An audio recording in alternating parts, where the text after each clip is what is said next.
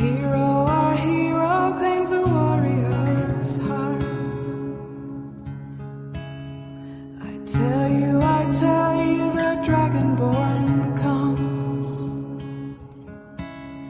with a voice-wielding power. Hey everybody, welcome to Geekoholics Anonymous, episode 135. I'm your host, Rico, here with my co-host, Dane Cody. Mr. Dane Cody and I get together once a week, talk about video games, TV, movies, and or whatever the hell we like. Mostly video games, of course. Welcome, new listeners. Welcome back, old listeners. We appreciate you spending your time with us, nerding out over all the goodness in the video game industry. Yeah. Man, it was a busy week last week. So much stuff. We had the Game Awards, PlayStation Experience 2017. And Which is kind of disappointing this year, to be honest. Just a bunch of news coming out of both those events. Primarily the Game Awards, but there was a few things out of PSX.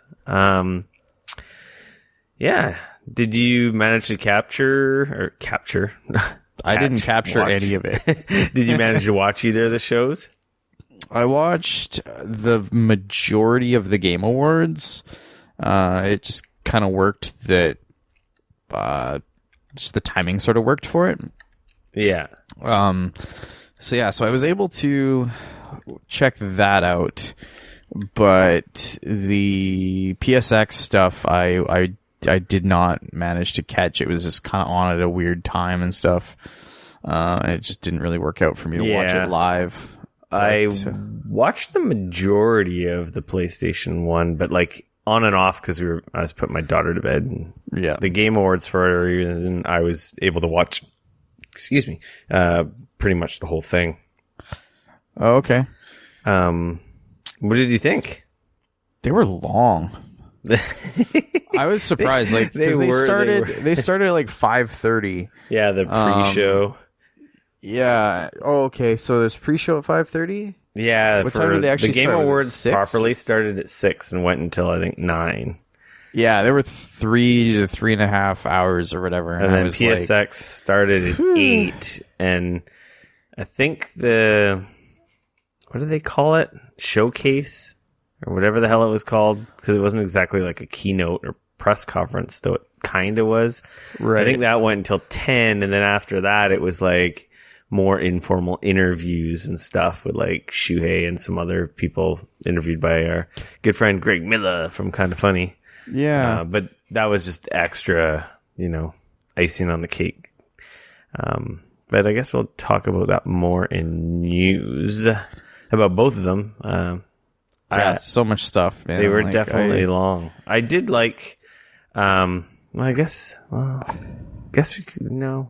get to that. We'll talk about them in a bit. It's our news section because there's a lot of stuff that happened that we need to talk about, and I don't want to go out of order. So, if you haven't been here before, we usually start the show with what you've been playing, get into some news, our public service announcements, and our free for all section. And I guess Dane, what you been playing? I've been playing that Destiny 2 DLC. Oh, yeah. I didn't even put that on the outline, but I guess that's a given. Yeah, no, I finally got around to playing that. The Curse of Osiris. Yeah. Did you beat the expansion? I've not beat it. I think I'm on the last mission. Okay. I think I have one left. So I have to go undo the Curse of Osiris. I don't know. There's not really any curse per se. Yeah, so I feel like the name kind of... Well, I mean, I guess he kind of is. Anyways, I digress. It's good. I feel like it's a missed opportunity, though, I guess. Like, I feel like they did... like, the story itself is kind of neat. Yeah, the story's but not I feel bad. like they could have done a... I don't know. I can't help but feel like they could have. They had such a neat idea that I can't help but feel that they sort of squandered it a little bit. In terms of the Infinite Forest? Yeah, you've got the Infinite Forest, which really isn't infinite. Yeah, it was it was pitched as like a randomly generated level / area of the game. Yeah, but it's more like slightly random bridges more than anything. Like, I don't know. It was fun. Like, it's fun. I've been having fun with it. The story itself is a little bit nonsensical, but it's Destiny. So, I mean, I don't know. It's not overly... I'm not disappointed in it and like everything else or anything like that. I was a little bit like, I feel like they kind of could have done some really cool things with it. Like, they had the workings there. They had the resource. I shouldn't say resources, but they had the story in a weird way. Like, they really, I think the story itself is cool, and the levels and the way that they built the gameplay around the story just doesn't really do it justice, I think, is what I'm trying to say. Yeah, it kind of seems like a work in progress for some kind of randomized dungeon feature that they want. But they didn't quite pull it off. Yeah, it kind of feels a little bit like that. Like, it works, but it's not different enough that it actually feels like it's different. It's different every time you go in, but it feels the same. Samey, because it's not different vistas or like, yes, scenarios. It's different enemies, and like, just, yes, it's slightly different layout, but it's not. It's the same textures and graphic, and it's the same Mercury Vex style blocky weird space bridges. Like, if every time you entered the Infinite Forest and every time you loaded a little bit of the walkway, if like one of them looked like something from Venus and one of them looked like something from Mars, or exactly, that would have been super cool. Mm-hmm. And I can't help but feel like that's kind of what I mean by it was a little bit squandered. Like, that potential was there, and I get that why they didn't. It would have been a ton of work, and of course, but textures and packs and be really cool if they could get it working. Something like that, kind of like the Greater Rifts in Diablo.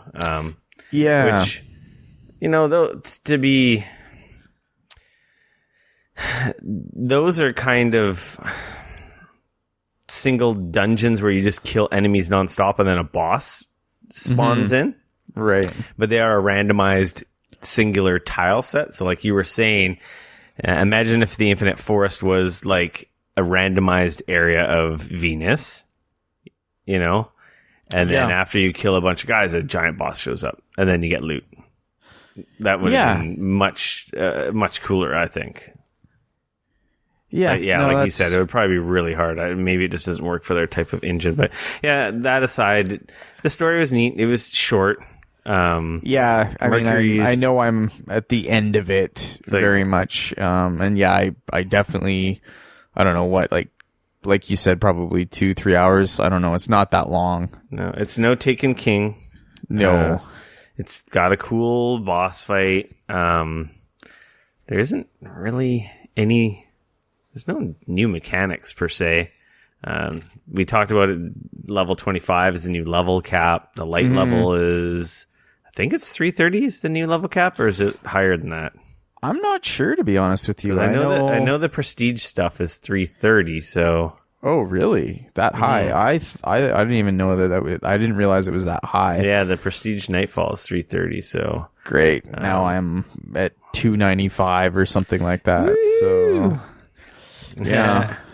So yeah, it's definitely short, unfortunately. But they've made some good changes. Yeah, there's still a lot of stuff to come. They didn't get everything out. That's everything apart from this expansion. Destiny has had some issues per se with the expansion, and actually even before the expansion, Destiny's been getting a lot of heat about experience, end game, grind content. There's been kind of a lack of stuff to do once, the super hardcore people burn through all the content. Yeah. Which hasn't exactly been addressed with this expansion. And I think a lot of people are hoping for that. besides the new campaign, and there's a new section of the raid, but it's not a full raid, so I'm sure people have already burned through that. I've heard really good things about this one, though. Yeah, I've been hearing that it's a lot more like a sort of a raid light. Yeah. Like, it's not going to take you 20 hours to get through this one. I would like to check it out. 4 or 5 hours maybe the first time through, but I'm hearing that people can very much get through it. And like if they know what they're doing, I'm hearing that it can be between like an hour or two. I still haven't been able to do the raid. Like to find time to do the raid is just, my gaming chunks come in like 2-3 hours max. Yep. And then there's like a break and then another 2 hours or something. So like, I don't have like a 5-6 hour stint very often. And then to try and arrange a raid in that, when I do magically get that time, it's just been way too difficult. But yeah, it's okay. I burned through it. They've added a couple, I think there's a new milestone for getting better gear. They added a completely borked gun to the game, which was pretty hilarious. That's fun. Yeah, last week I was like power grinding public events, hoping to get that gun through a drop. And then Zur ended up selling it. They gave it away to everybody here. So yeah, Zur, everyone's favorite arms dealer, comes every week to Destiny with nice exotic wares for sale. And I guess they immediately realized the gun was broken. Bungie came out and was like, yeah, it's doing double the damage that it should be doing, and we will address that. And I guess to counter that, they kind of let Zur bring it to everyone, so everyone had the opportunity to play with this broken gun. And then that's my understanding. They were just like, well, if we're going to fuck it up for some people, we're going to make it so that essentially everybody can fuck it up with everybody else. It would have been so unfair if they didn't bring it for everyone, because if you didn't, Crucible just became Prometheus Lens pew pew laser gun fights. And if you didn't have it, you couldn't compete because it just melts you. So yeah, it was like 2 seconds.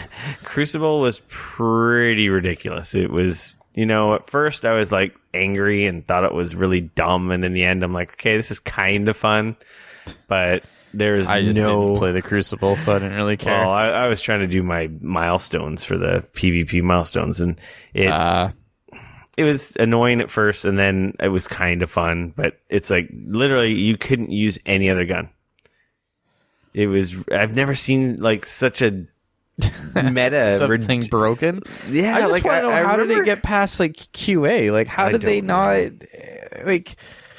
Yeah, that's the part that kind of bothers But I think it was mind. I think it was a bug when it came to release, right? Like it just internally it probably didn't have that bug, but yeah, because as I understand it, like PvE, it wasn't doing that. It was it was still pretty powerful in PvE. Yeah. Yeah, I guess so. Because it has a perk. The perk of it is that the damage increases the longer it's fired.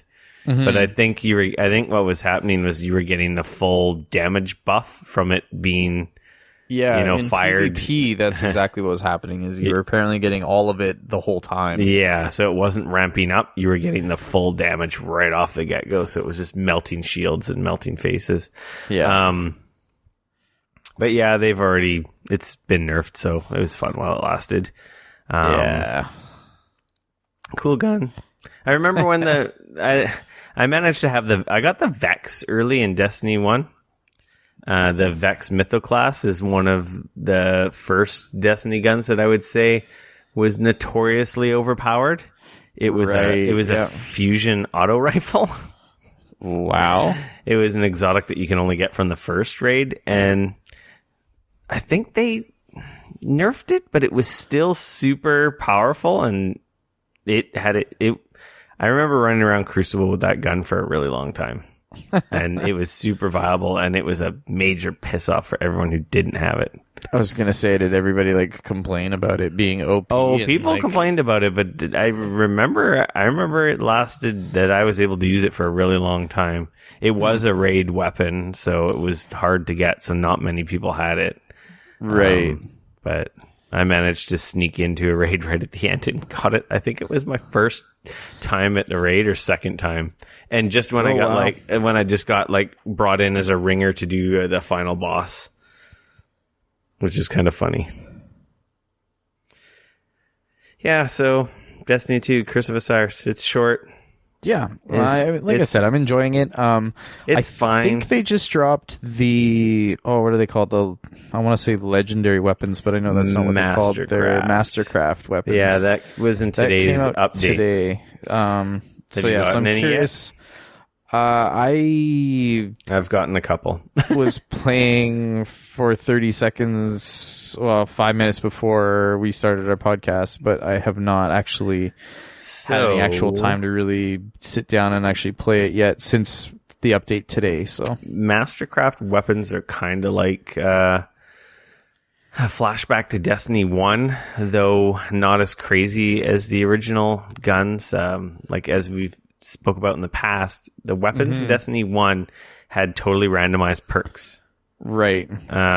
With the exception of exotics. But all your legendaries, there were god rolls for particular weapons. Like you could have a shotgun with ridiculous range that someone else with the same shotgun would not have. And it posed lots of problems because some perks, rolling with other perks made some very ridiculous weapons that that Bungie ended up completely removing perks. So in a sense, it ended up created randomly amazing broken weapons. Right. It wasn't so bad that they were super OP, but at the same time, it was RNG. It was super luck, and people grinded for hours and hours and hours trying to get certain guns with certain rolls. The gun with eventually they added a mechanism really late in the game on Destiny 1 where you could re-roll the perks on guns. Right. But this was, you could pay to re-roll them, so it was less of a grind because before you actually had to get the drop of the weapon and then hope it had the right perk. So it was, for the crazy people and the end game people that want that incessant grind, that made them happy. For people like me who didn't have the time, I found it super annoying that I had the same gun as you, but mine sucked. Right. Which is kind of something they did away with Destiny 2, which was a welcome change for me. Not so welcome by the super hardcores, but hey, you can't keep everyone happy. So this Mastercraft weapons are kind of like a mini flashback to that, in that they can have an extra perk, weapon perk, but not as, and that can be re-rolled. As I understand it. Yep. It's not as dramatic as some of the other perks. It's faster reload, bigger magazine. Right. It's a limited set, so it's not you're not going to get amazing, crazy better versions of guns. You're going to get slightly modified versions that are a little better. So your favorite guns can get a smidge better, but not a fuck ton better. And anyway, they have a cool animation when you get them. They have a gold box. They're visually, the menu stuff is all visually different. And how do you get them so far? Just as drops, as any they're other. Just drops? They're just okay. legendaries, as any other random legendary drop from any source that you get drops in the game. Okay. I got my first one from the gunsmith. Giving him mats. Oh, I disassembled it. It was a crap gun. But when you disassemble Mastercraft guns, you get I can't remember what they're called. I want to say they're Master Shards. Interesting. So it's a new currency. Do you need to use those in order to re-roll? Yeah, you need 10 of those to re-roll, and you need 10 to re-roll. And actually, if you have 10, you can make any existing weapon you have a Mastercraft weapon as well. Oh, that's kind of cool. But not exotics. No, the Mastercraft stuff doesn't apply to exotics at all. Okay. So it's kind of neat. Hey, it's a welcome change. There's tons of stuff in the pipeline. Bungie has been in very huge damage control right now. Right, just trying to get everything working properly. And then they had that whole XP issue that was going on. This broken gun, still not addressing the true concerns of end level gamers that are looking for more grindy stuff to do. Because if you play the game with the exception of the raid, you can do most of the milestones quite quickly. And then it's like, well, I guess you can move on to your second and third characters, and that'll keep you busy. But people just want a little bit more, and I'm sure it's going to come. They're listening. It's just a little disappointing in that, this is year 3, and they're still doing some of the same mistakes that they did in year 1. So some people are getting pretty upset with them. Like, Curse of Osiris, when it came out, they locked out a bunch of content from people who own the full game. And that pissed people off big time. Like, you couldn't do the Prestige Nightfall if you didn't own the expansion, which is tied to trophies on the consoles, which is like... But as I understand it, they did the same thing in the first game. Yeah, that's what I mean. They're repeating the same mistakes, and people bitched about the stuff 3 years... These exact same things people bitched about 3 years ago. So it's kind of like people are like, okay, well, what the fuck? You guys are listening, not listening? Or are you guys just like, what's going on? You did this exact same thing 3 years ago. So now people are kind of really getting really fed up, to be honest, with Bungie. Right. Because it's not like, it's everyone's having deja vu, right? It's like, oh, you guys did this already. I thought you were listening this time. Yeah. Yeah. Yeah. And I'm looking at an article here, and it looks like the max level cap is 330 / 335. I don't understand 335.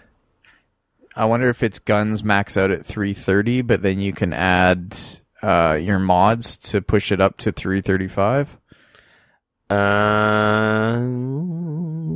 Yeah, I guess that's it. Would be my guess. I'm guessing that's what it is. So the weapons will drop or whatever at a max of 330, but then you can try and get, with some modding, you can get higher. Yeah. Would be my guess, but... The max level cap is technically 350. Really? But I don't get until 350 cap when the next expansion releases. Right, of course. So the current cap of 335. Okay. Yeah, I think you're right. I think drops stop it. I don't know. Kind of like how in this one it was 300, but you could push up to 305 with the weapon mods, right? I had 305 weapon. Yeah, I don't get it. Anyway, it's 330 or 335. Who cares? Yeah. We'll get there soon enough. Yeah, so yeah, that's Destiny Curse of Osiris. Good, bad. Nobody's happy. Some people are happy.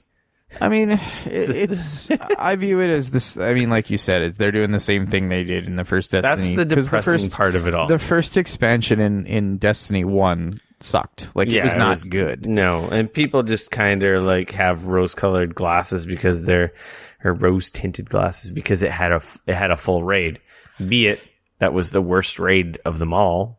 So yeah, I'm hearing more, like you said, more positive stuff about the raid layer. So yeah, like I said, I've heard that it's a really like good sort of raid light. It's if you don't have the kind of time to dedicate to doing the full fucking raid. Yeah, I think it's great. I just hope that they just start fixing more stuff than screwing stuff up here on out. They've screwed a couple things up in a row here now, and it's just kind of getting a little annoying.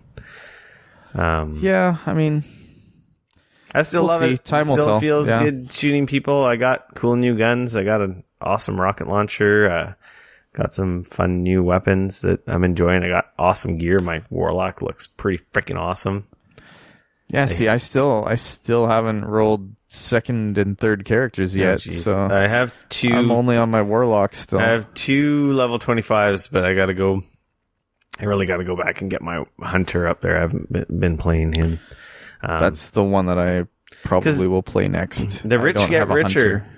The more characters you have, the more potential for higher end drops, and then your high, like when I get my hunter to level 25, he's gonna like slingshot, like power level wise, right up to the top because he's you can share your guns between characters, right?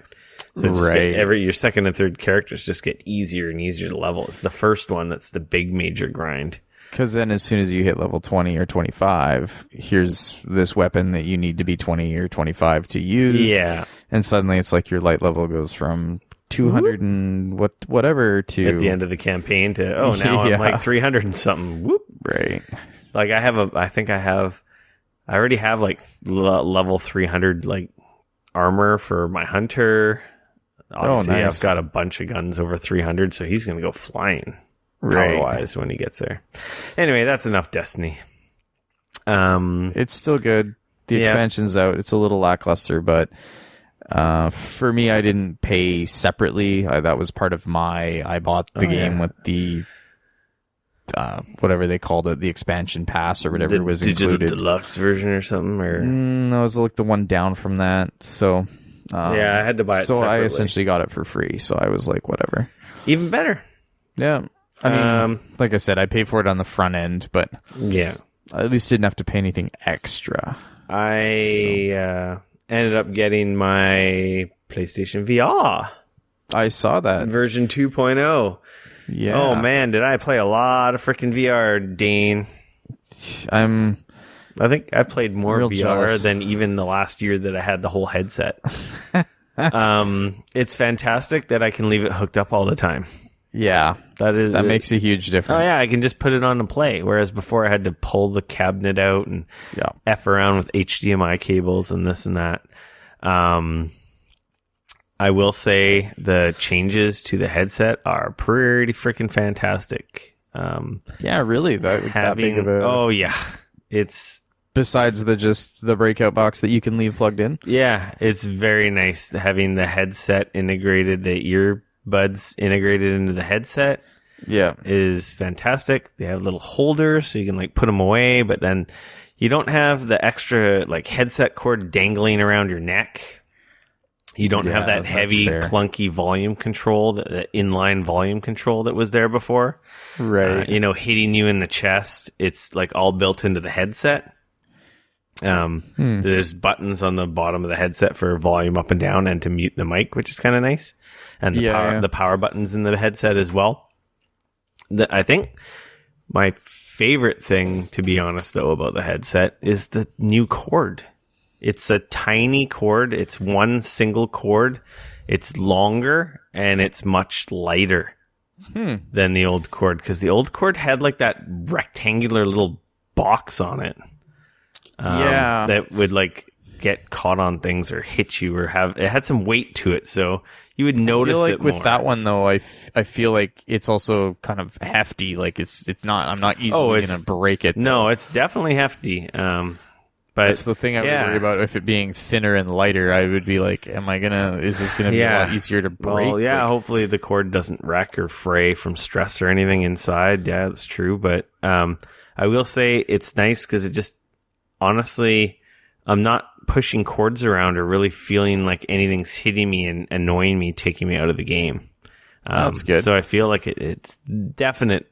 If you're gonna pick one up today, definitely don't look for the discounted old headset. Grab the new headset, because the quality of life changes they made I think they also help with just getting sucked into VR. So anyway, I'm very happy, and I made it like a bandit because I ended up selling my old Move controllers and my old camera. So technically, the upgrade didn't cost me anything. So very nice. I essentially upgraded. And you got for all free. that with the new one already, Yeah, right? because it came with 2 Move controllers. So I got the new ones that are the micro. Is it micro SD? Or That not I'm micro jealous SD, about. micro USB.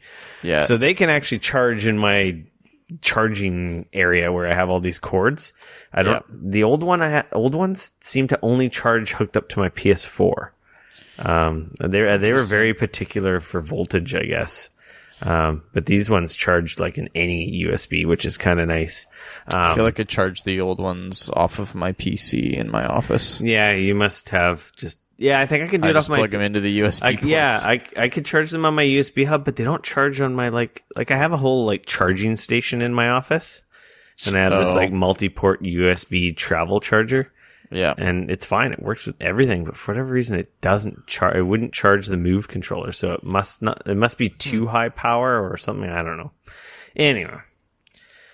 Yeah, it came with Skyrim VR. So, So you've been playing Skyrim VR? yeah, Skyrim VR. It's, I like Skyrim it. I think VR? it's cool. But man, the NPC character models are butt freaking ugly. It's very strange, but at the same time, it's not surprising because it's Bethesda we're talking about here. They're the original jank masters from Fallout and Skyrim. Jank master. They brought the jank to video games before PUBG was on the scene. I thought you were going to say before Bubsy. I was like, wow, we're going hardcore back style here. No, Bubsy was just bad. So yeah, it's cool. Like the world, the environment when you're in it is neat. It has multiple control schemes. You can do the teleport version, which is horrendous. I don't know why anyone would do that. Really? I hate teleport VR mechanics. I mean, they're designed so that people don't get fucking ill, right? Yeah, but they're just bad. Huh. I don't get ill from doing regular motion controls, like dual stick controls, like every first person shooter you've ever been used to, except for your head is essentially the left stick. Or the right stick, sorry. So I was playing with the DualShock 4, and, I was push forward to move forward, push back to go back, strafe left and right, and your head basically is your mouse or your right stick. And it worked out really well, and triggers are your attack, and D-pad gets you into the menus for changing weapons and stuff, and it all worked fine. It looked great, minus the NPCs, which looked like the hot garbage on fire. They just look really bad. They look like PS2. Like, they just did not... The textures on them are just... They're terrible. They're really bad. So it's kind of... I don't know how much... I think that's why people had created mods on the PC to... Oh, yeah. Not look like and that's true. Garbage, They look like crap on the PC version, too. That's right.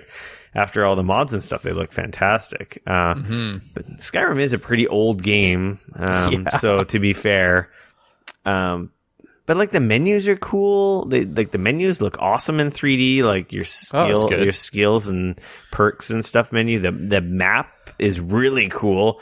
You feel like a god floating over the world on the map screen. It just is really neat. That's sweet. So the DualShock, it was fine. It was cool. I played with the Move controllers, and it's a little awkward. Like I said, you could do the teleporting method, or they have another method where you hold the button and then you just move forward, and then you use a couple buttons on the Move controller to like basically turn.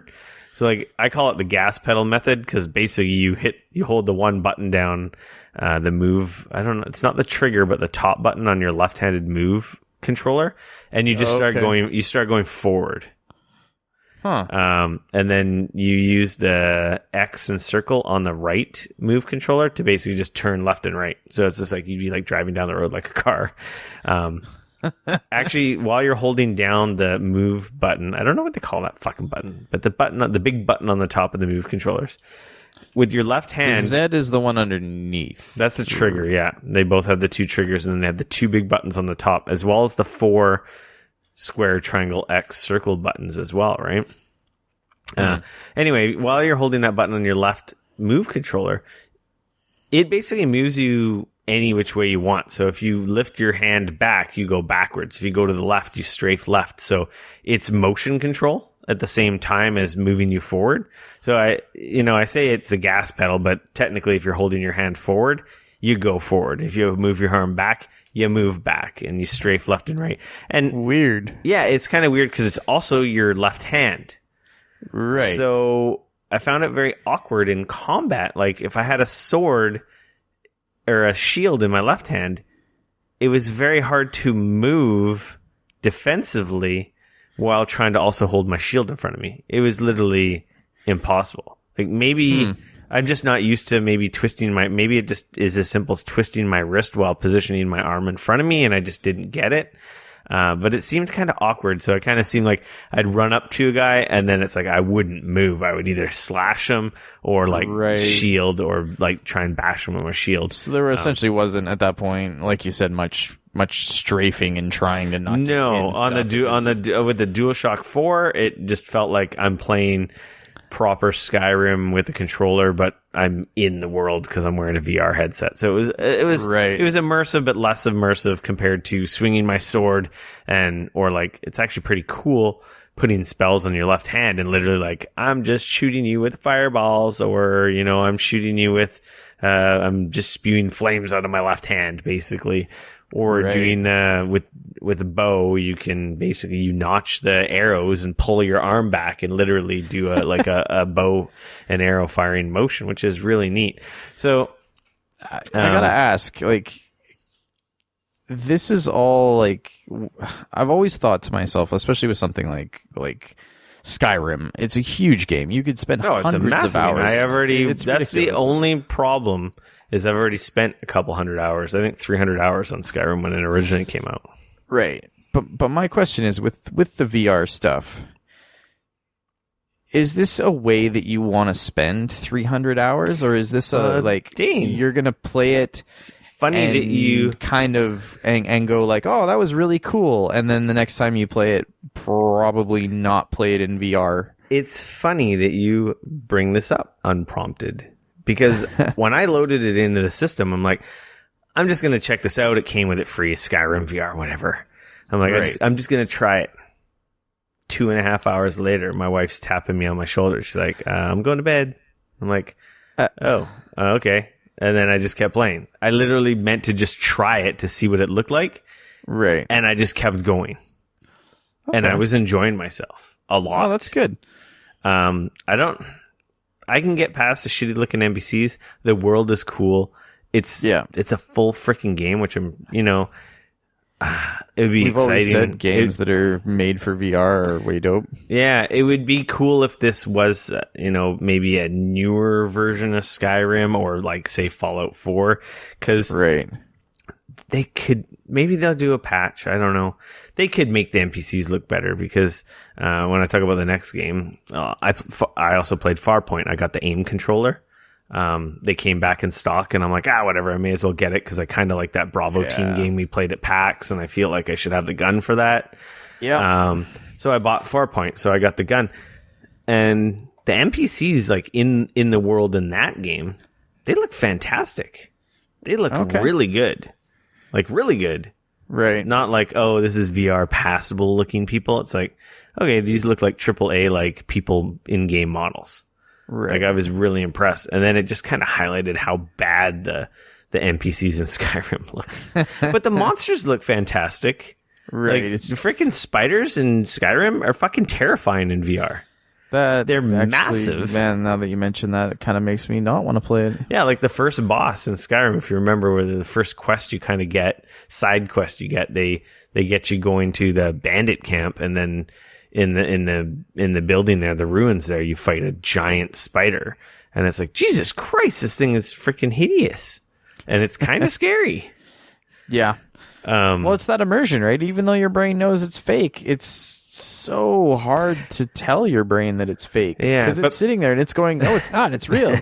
But because like, no, it's fake. But because it's not a human, it looks a lot better. Like, you don't notice the shitty textures, like, and they don't look shitty for whatever reason on the monsters. But I was expecting it to be a pile of dog crap, because so many people who tried it in early states, I guess at E3 or other conventions, were like, oh, I just got sick. But those are the same people who don't play any VR, and they get sick from VR. So you can't trust their opinion. I don't know why. I don't know why I don't get sick. Maybe it's just people with a certain type of vision, or maybe if you wear glasses or something, maybe you're more sensitive to that disconnect of the motion and visuals. I don't know, but I don't get sick of it. I've never gotten sick in VR. I gotten wheezy once, and that was on the Eve Valkyrie demo. And I think that was like the very first time I played VR. So maybe it might be you just got to play it some more and then you get used to it. I don't know.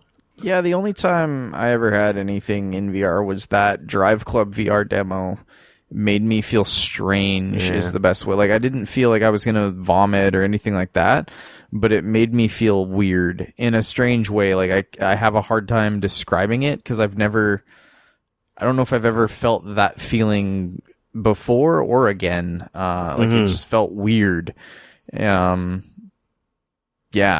And like I said, it wasn't like I was going to vomit or anything like that. It was a feeling that I can't quite put my finger on, and one that I just kind of knew it was unpleasant. Yeah. But I also know that, like a lot of things, you can sort of train your body too. Like, the more VR you spend time in, you can kind of train yourself, like, just train your body. Yeah. That's something that's less and less of an issue. I don't think I needed to train myself, but it might be maybe unwittingly I've gotten used to it, so I've avoided that whole sickness thing. People, I don't know, some people kind of say, oh, the PSVR is the worst, but then I hear people getting sick with Oculus and Vive just as much. I just think it's certain people maybe are affected more than others. I think that there's different things that make people sick too. Yeah, I'm really quick to discount anyone who badmouths VR and says they get sick, and then they immediately just badmouth the game, and it's like, it's not. Yeah, I mean, like I said, my wife was great with VR up until that one point in that one. In the demo, the PlayStation Worlds demo. Yeah, and like, she was great up until that point, and then it was immediate. Like, I couldn't believe how quickly she felt like she was gonna get sick. Yeah. But up until that, she was perfectly fine. So I mean, I think it just depends. Yeah, I've literally been jumping in every night since I got it last week, which is honestly, like I said, I've been wanting to play more, and I see it there, and I'm like, I'm actually slipping it on and playing, and I'm playing a lot of games. How are you enjoying Farpoint? I've added it to my Christmas list. I've heard it's fun. I'm not very far in it. It's kind of like an on-rails shooter. That's kind of it's got multiple control schemes too, so you can do, that. I don't know. They do this weird thing. They do the teleporting, and if you're not familiar with what teleporting in VR means, is you hold the button down, you point somewhere in the world, and then you teleport to that point. You essentially let go of the button, and then boom, fly over to that point. You're there. There's no movement. It just kind of like fades in and out really quickly, and ta-da, I moved 20 feet in the world. That was one thing I absolutely loved about Bravo Team, is that when you pointed your cursor and said, I want to move here, your character, instead of just teleporting there, your character actually he kind of got up and ran over to it, and then hunkered back down again. Which I thought was really cool, and I actually wish that more games would do something kind of like that. So it's not just like, I want to teleport to there. It's like, I kind of want to move there. I can't remember if Farpoint has teleporting, because I changed the controls immediately to so the aim controller is like a simulated space gun. I don't know, it's got a really weird shape, and it has a couple, I guess you would call it, what do you call the front part of the gun underneath the barrel? The stock. So it kind of has like two triggers almost on the stock, which do different things. In Farpoint, one of them uses your scanner. So wherever you like point your gun is like got this like scanner that scans stuff in the environment for like reading memories or video playback of stuff in the world. And what is it? The other one does, like, I got a rocket launcher and it shoots rockets. Then you have your regular trigger, but there's also two sticks on the aim controller. There's one on the back of the handle, or, the trigger handle. And there's one at the back of the stock in the front. I guess the forward grip, you could say. Yeah. Right? Interesting. So you essentially have dual sticks on the gun as well. And then there's X, triangle, and square surrounding the back analog stick. So it's pretty easy to hit those buttons as well. And then there's a couple extra buttons at the front stock as well, besides the triggers. You literally have every button that you would have on a DualShock 4 on this gun as well. And they're all placed near your two, where your thumbs would be naturally holding the gun, so they're easily accessible. Right. So I changed it to a method where you move forward, strafe left and right, and turn, just like you're kind of almost using a controller. And basically, when you turn the gun kind of turns your positioning as well. It works, and it works well. And it's just like Bravo Team. Like when you hold the gun up to like your eye per se, even though you're wearing this headset, you see down sight of the gun, and it's really cool. It's got like a holographic sight, and when you line it up properly, you can see, you get your cool like laser projected sight, and you can like pinpoint aim at stuff. Now it's a little more fast action than Bravo Team because it's like freaking space monsters and aliens, running at you, and they're kind of freaking terrifying because they look like face huggers, or actually the first enemies you fight look like the head crabs from Half-Life. And they're I've constantly seen like videos jumping and lunging at you. And then there's this other new enemy type that like lobs like big blobs of like, I don't know if it's acid or whatever it is, but it hurts you, and you can shoot that. You can shoot their projectiles midair, and when you kill them, they explode. I don't know if I've even finished the first level. Maybe I finished the first level. I think I've been playing for about an hour. There's a big story. You guys, spoiler alert.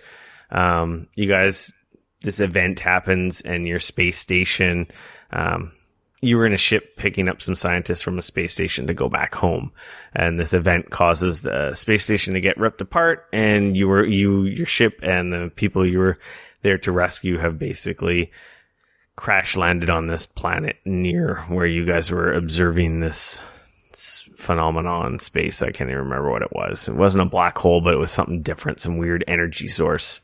Right. Okay. And then from there, you're basically you're trying to find the other crew members and make your way to a means of sending a message home to be like, hey, we're alive, we're here, come get our asses. Come get us. And obviously you're on a hostile alien planet.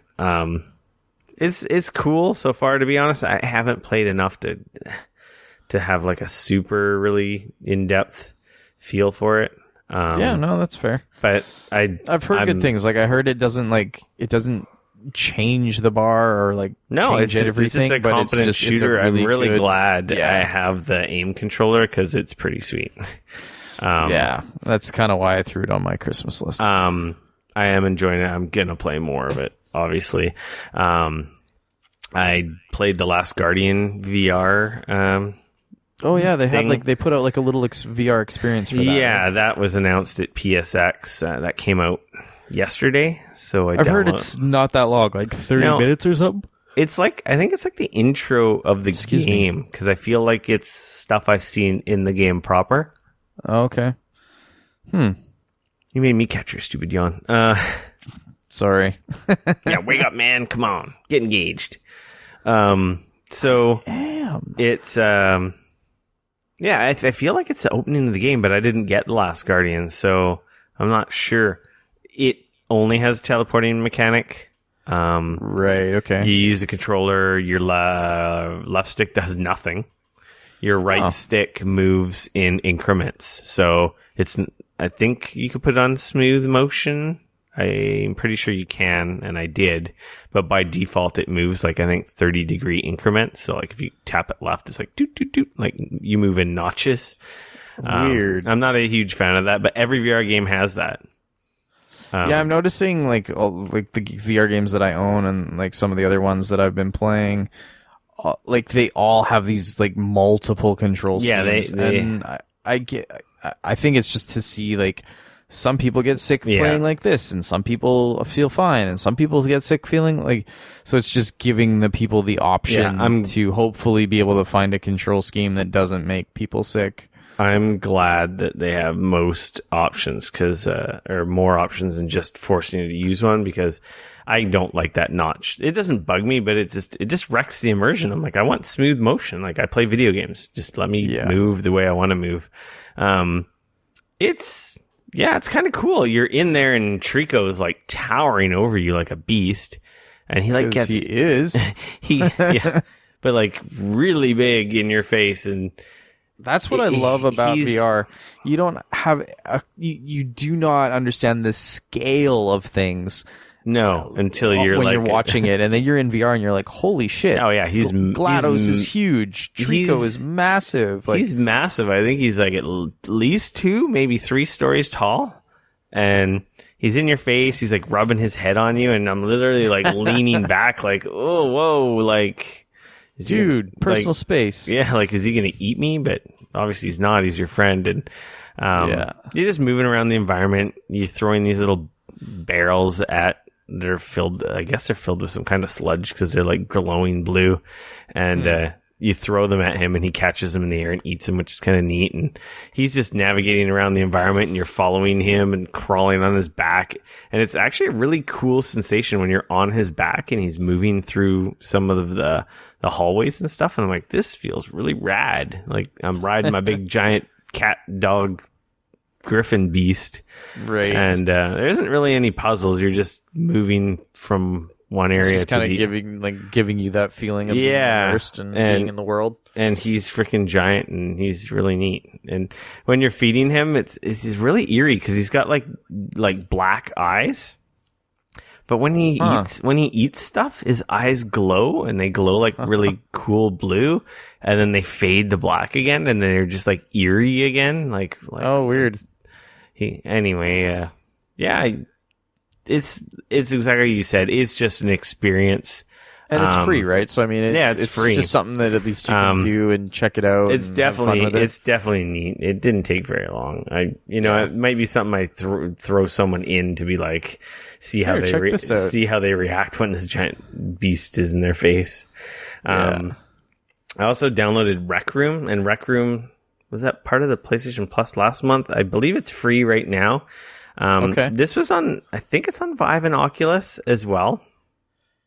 And I don't know if it actually. I want to say it's an. It's on the other one. Oculus? It's on the other ones. Yeah, it's on one of the other ones. I feel like it might even have cross-platform play, because I heard Really? someone talking about the Vive in our lobby. And anyway, Rec Room. I only played the paintball. It's a bunch of games. There's there's an area where you just screw around and throw basketballs, and people are in there. It's got like audio chat, like people are talking to each other. You got different customization to your model or character, different hats and coats and gloves and weird stuff. This game actually has loot boxes in it, which is kind of funny. Jeez. Which unlock cosmetics, but you just get them at the end of games and stuff. I don't know how many games there are. I want to say there's like at least 6 to 10 different games. Okay. I immediately went into paintball because I wanted to play with guns. Okay. And basically it's like capture the flag. There's like it's 4-on-4. You teleport. It only has teleport. You don't have, unless, I don't think there's another type of motion, because it seemed like everyone was teleporting around the map. Right. It's got different weapons like shotguns, machine guns. You start with a little pistol, and it's literally paintball. You shoot the other guy, they die, they respawn back in their camp, and you just are trying to get the flag and run back home. And I don't know, it was really cool. You lean around the environment, the boxes, you can duck and, move around your little play area, and it worked really well. There's clearly some people that are really good at it because it's been out for a little while, but I had fun. I got the flag. I almost got all the way back. I was fumbling with the control because obviously it was new to me, but I assume I'll get better.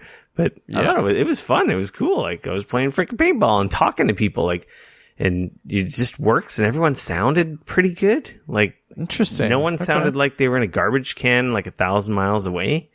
And I think the audio is positional based. So you can only hear and talk to people immediately around you. Like people far away from you. I think I could hear talking, but that was the enemies and they were far away. So it was very quiet. So it seems like it's got positional audio chat. Okay. There's a lot more modes in this game. I thought it was cool. I definitely want to play more of it. At the end of the match, you get a little box that you reach out with your hand and you grab the zipper and you pull the zipper and the box pops open and all this confetti and stuff comes flying out. And you get your loot box? Yeah, it was kind of neat.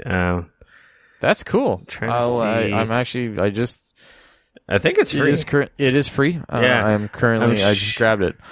I'm sure there's some kind of... we were talking about it, and I'm like, cool. I'm sure there's some kind of monetization. There's like a quest mode where like you do sword fighting and stuff.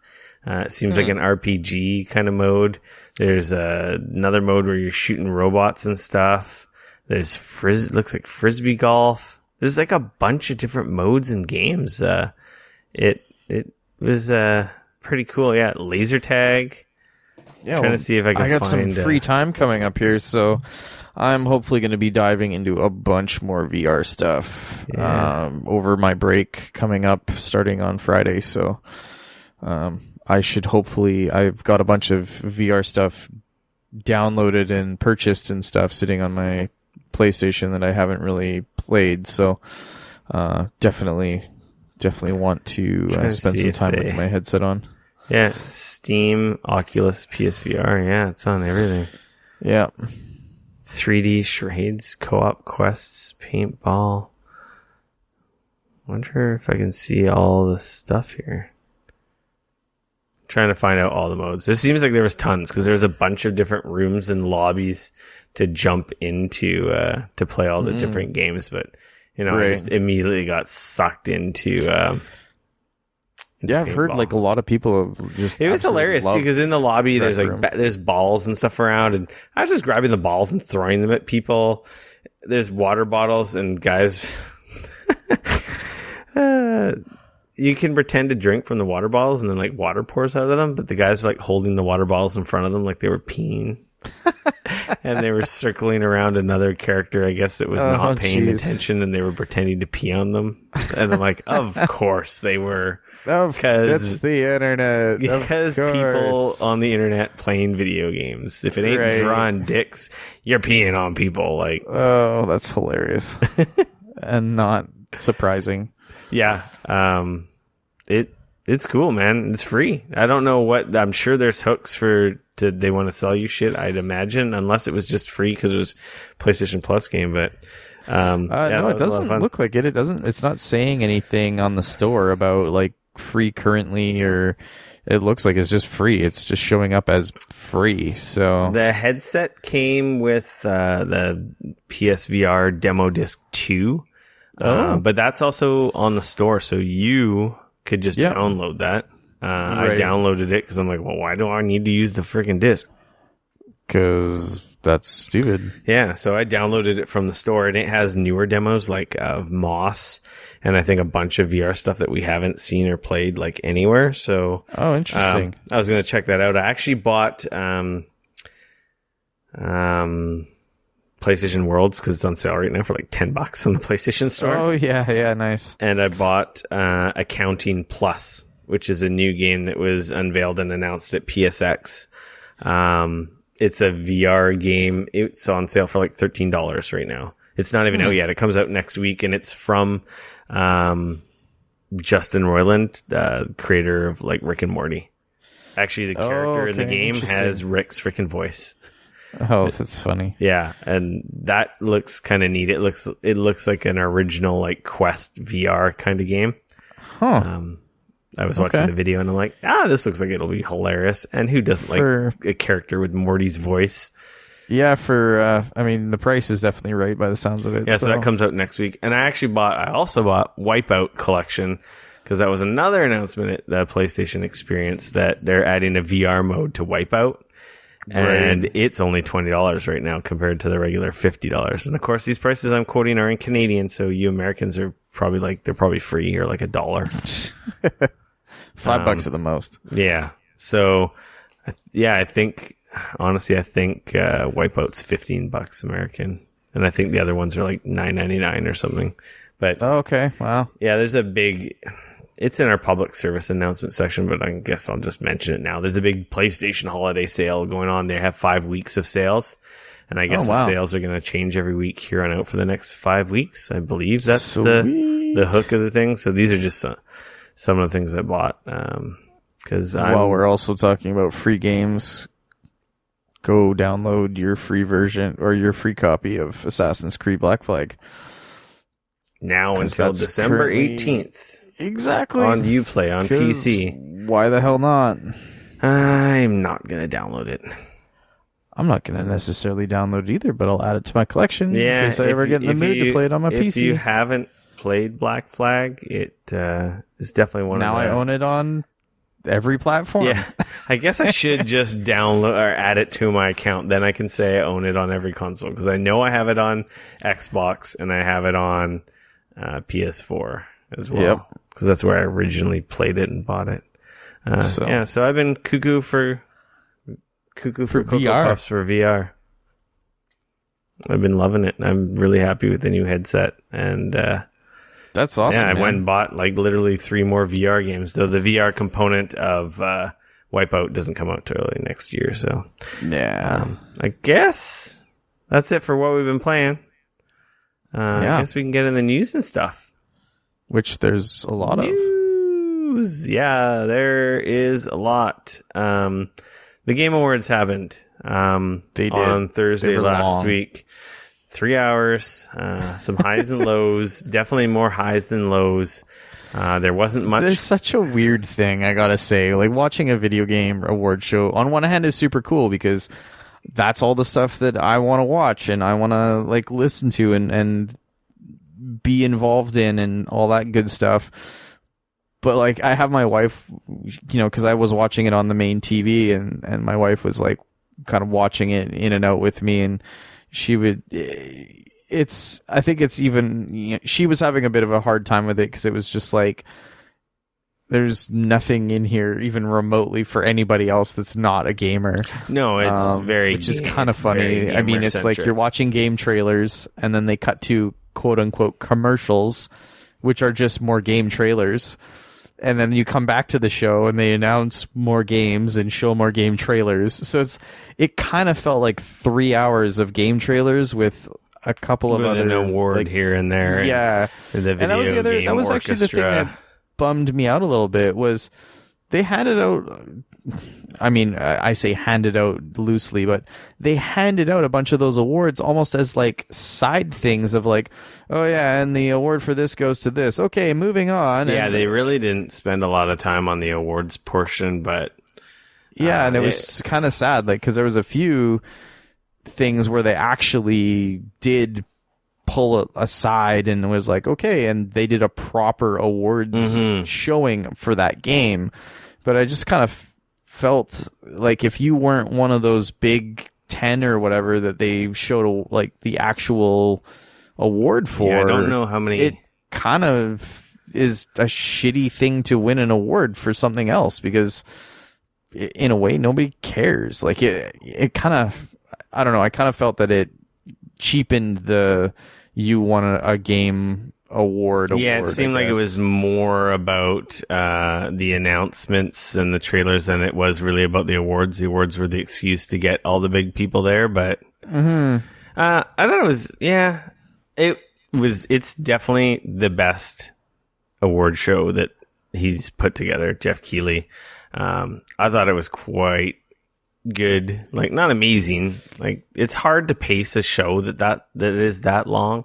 But it's just been getting better and better. So, he's going to nail it. I'm just glad there wasn't a lot of cringe. Like last year, there were so many moments I was just like face palming, like, oh God, I'm like, I don't know if I could watch this more. There really wasn't any of that this time. So I do appreciate that. It just, at some points, it got a little boring here and there. But except whatever. for Mr. Fuck the Oscars. That was cool though. That was hilarious that was, and stuff, but it was kind of hard to watch. Yeah. I just felt kind of bad for Jeff. He was standing there and you could just tell he was so uncomfortable. So they actually have a clip to that in this story here. Joseph Fares, I don't know how to pronounce it. He's one of the main devs on A Way Out, which is coming out next year, which was announced at last year's Game Awards. I think he's French because he sure as hell has an accent. I could be wrong. He has some kind of accent. He's the guy that did Brothers. Yeah, Brothers on which was really well received as well on Xbox, and I think it's on PS3, PS4, or 360. It might even be on PS4. No, I don't think so. Is it? No, it was a PS3, 360 and PC. game. Yeah. So A Way Out was unveiled last year, and anyway, he's here again showing a new trailer for his game, and he kind of had some open mic session, and he was like, all publishers fuck up sometimes, like with loot boxes, and he's kind of like bad mouthing EA, which is actually kind of publishing the game he's making. So, Jeff is just standing there like, we're running out of time. And he's like, no, I just need a second. And then he's like, fuck the Oscars. And he's just a very passionate guy. And it was, like I said, it was funny, but it was also like cringeworthy. I was like, oh, this is awkward for everybody watching, and yet kind of awesome all at the same time. Yeah, I don't know if it was cringeworthy as much as it was just like, maybe you just need to dial it down a notch there. But anyway, I think he still has a job. No one said he was fired, so I don't think he can get fired from his own company. That's fair. But the cool news he did announce about, they showed another trailer for A Way Out, which is like this co-op campaign kind of game. Two brothers, I guess, escaping from prison, or they start in prison. I don't even know. They're not brothers. They're buddies. They're people that sort of, in a roundabout way, become friends and need to get out of. So it looks really cool. Situations play out differently depending on what your partner does. And basically the big announcement he had was like, you only need one copy of the game. He's like, if you want to play this with your buddy, only one of you needs to own this. Right. So, that's cool. Yeah, that was really neat. So that was the big announcement. Besides his fun little meme section that he created.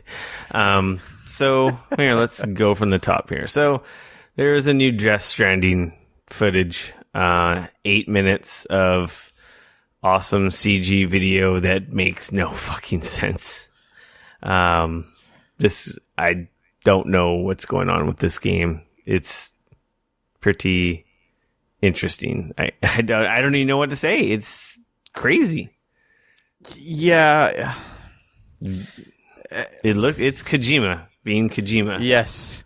It's sort of like Kojima, I don't want to say unhinged, but it's very much it's very much Kojima.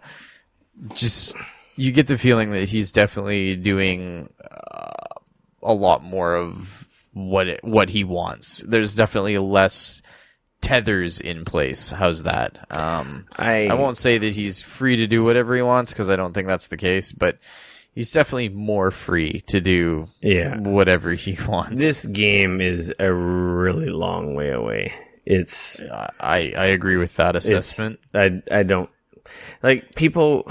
Who was it? Mark Cerny made a comment during PSX that after about 4 or 5 hours it all makes sense, and people took that to mean that he had played it for 4 to 5, 6 hours. But I don't know if he actually has. He never said that. I think I think he may have just been making a comment saying, kind of a polite way of saying no one knows what the fuck this game is.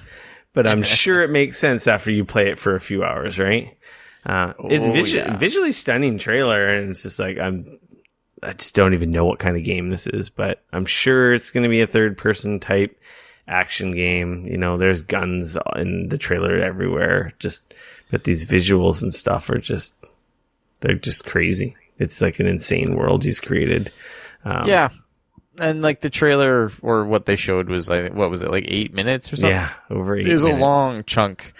But yeah, like you said, I think it's so far away, and this is so far out as far as like, I feel like we're left with more questions than answers. Oh, absolutely. And in all honesty, this was essentially another trailer. This was not gameplay. This wasn't Yeah, so Norman Reedus. What Death Stranding is, we're still wondering what the hell Death Stranding is. Yeah. That question did not come any closer to being answered. No, absolutely not. If anything, it gave us more questions as to what the hell Death Stranding is. Yeah. But it's cool that that's coming along, and I'm glad that Kojima is still making games, and yeah. I just hope that I don't know. I love the Metal Gear Solid games, and I just hope that he doesn't go so far off the rails that this turns into something that I don't really like. Yeah. That's my only concern. Yeah, it's not immediately apparent that this is a game you want quite yet. Yeah. Because we don't even know because no one knows what it is. It's so different and strange that it's like, okay, looks cool, but... Norman Reedus, I was trying to say earlier, trying to rudely cut you off, was he's basically prominently featured in the trailer. We don't know if he's the main character, if that's who you're playing as, or he's just in these cutscenes and you're just witnessing this stuff. Like, we don't even, like, no one knows. Yeah. And we will not know for a couple more years. But yeah, that was cool. Yeah. That was people were pretty surprised. Well, surprised, not surprised. Kojima and Jeff are friends. So, From Software had a teaser for its next project. People are immediately thinking it's Bloodborne. Some people are speculating it's not, but I hope to God that it's Tenchu. It was, some people really do. Some people there was a boss in Tenchu that says that. Yeah, there was a video like his phrase. Shadows Die Twice was the title of the video. Yeah, and like Dane is alluding to, internet sleuths have attributed that line to a Tenchu boss. But I don't know, that metal and blood and bone. No, I don't think it is. I'm just saying. I know. There's the part of me that wants it to be that, but I would be amazed if it was not a Bloodborne 2. Seeing how well received that game was. But it was literally like it was super teaser. Like, we don't know. It's just like, be excited. Hey guys, we're doing Software is making games still. We're doing something else. It's going to be a Dark Souls type game of some sorts, most likely.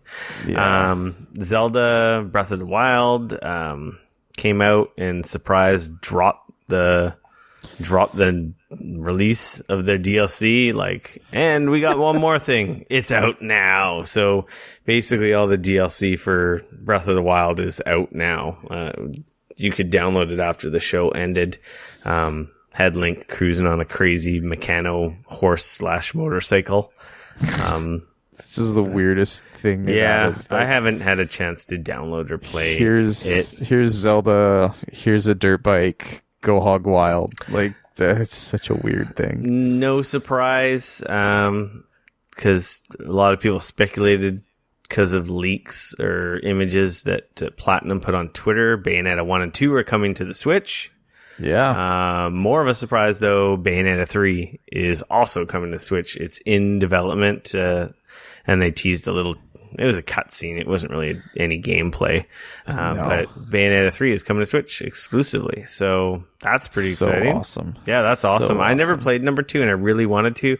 And I see it every once in a while for $20 on the Wii U, but my Wii U's disconnected. It's in the storage room. So I watched that, and it made me want to go play the second one on my Wii U. Yeah, you really liked it. I know you liked it. You owned it. I need to keep... Yeah, I started it, and I got a bunch of the way through and went, man, this game is great. And then I think part of it is just it's on the Wii U, and I kind of hate that console in a weird way. Yeah, I like it, but I hate it. Yeah, I hate the Wii U. Yeah, and that's kind of where I'm at. Some fantastic Nintendo games stranded on it. And it's such a clunker, that tablet, and So we'll see. I don't know. I'm definitely gonna get now. This, I'm kind of like, do I keep playing it on my Wii U, or I've played an hour, a few hours, or do I just maybe wait for the Switch version now? I'm gonna pick this up because I really wanted to play too. Soul Calibur 6 was announced. Pretty big announcement. That was huge. Soul Calibur did not see that coming. I believe 2012 or 2011, something like that. It's been a while. It's been a while. We've had a proper. Yeah, I love proper Soul Calibur game. I love Soul Calibur. I never picked up 5. I think the last one I own is 4. But yeah, that's exciting. I think they said 2018. I don't know. Maybe I don't know they if did. they. No, maybe they just announced I want it. to. No, maybe yeah, I there's don't no think date. they gave it a release date. I think they just pretty much were like, "We're working on this. It's hopefully going to be awesome." In the Valley of the Gods was revealed from Firewatch developer Campo Santo. First-person adventure game. Looked really neat. Set in Was Egypt. it first person? I could have swore it was third person. Notes say first person here, so I'm going to trust the news guys here. All right. I could have swore I was watching like the video and then there was like maybe the it. videos were like third person, like the cutscenes or trailer. But apparently it's a first person adventure Interesting. game. Firewatch is first person, so Yeah, that's true. it's probably just for the trailers. They were showing that, and the stupid video's not loading. Fade to Silence is a new unveiled Black Forest Games. Fade to Silence, wintry post-apocalyptic world where humans fight to survive against harsh elements and supernatural monsters. Launch on Steam Early Access December 14th. I missed that one. I must have been in the bathroom or something. I know nothing about it. It looks interesting. I watched the video and stuff, and I was trying to figure out what the hell it was ultimately. Like, it looks like it's third person. I don't know if it's a survival game. I'm not sure if it's like a open world type. Like, I need to know more in regards to that one. I guess they've announced it. It's I don't really know what exactly it is, even though I watched the video. Yeah, it looks kind of cool. It shows a guy around a campfire. It looks like third person. It shows the character third person in most of the stuff. So like the I 14th, said, geez, that's like tomorrow. It'll be on early access. It seems like a third person, but like I said, I don't know if it's like, is it a roguelike? Is it, you know what I mean? Like it hasn't really survival horde mode type game. Yeah, like I don't really know is what it like it is exactly. Is it like Ark in Rust where you're building up and running crafting and totally. So yeah, we'll find out. Yeah, do we care? Sounds I like don't know. really soon too. Tomorrow. PlayerUnknown's 1.0 release date was announced. It's December 20th. So it's leaving early access on PC. It is Here's out now. a question. Yep. Why does it matter that 1.0 is I think 1.0 really is just going to be the big patch where they add vaulting and I think the desert map or Miramar or whatever the hell they call it. I don't think they're adding that map already. I feel like it is. The map is on the, in the test server. servers right They now. said that it's on the test server, but I don't think that they're going to be dropping it with the 1.0. I don't know. But The anyway. vaulting, you might be right about. No, I know I'm right about that. I don't know about the map. I feel like they said the map's coming. It is out now on Xbox One X. Apparently, it's freaking hot mess. Not very good. Super framey, super janky.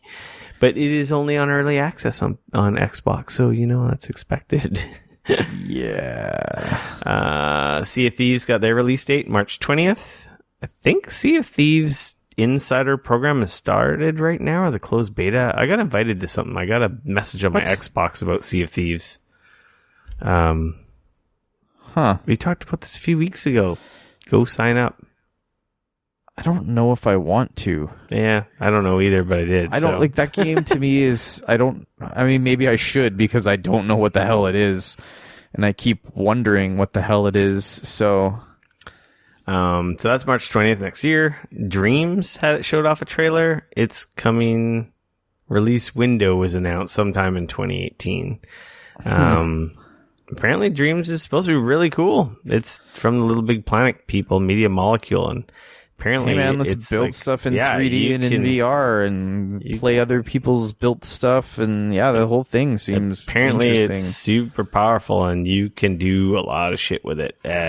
Everyone was talking a lot of trash about Dreams because it's been so long and so delayed and no one's gotten their hands on it. But after it obviously wasn't playable at the Game Awards, but at PSX it was, and a lot of people are coming away from their demos like, holy crap, this is actually pretty awesome.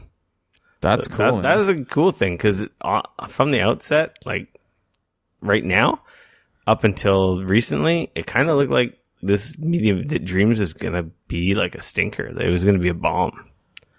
But it kind of seems like it definitely ain't. So obviously, we'll see when it comes out. Yeah. We already talked about A Way Out. It still has to come out and still has to not actually be a bomb. So A Way Out's got launch release date March 23rd. Witchfire was revealed. It's a first-person shooter from the creators of The Vanishing of Ethan Carter, as well as Painkiller and Bulletstorm. That looked really cool. That was one of my highlights that I did not expect to be excited about at that show. I saw that and I was like, that looks fucking cool. Really neat looking first person shooter.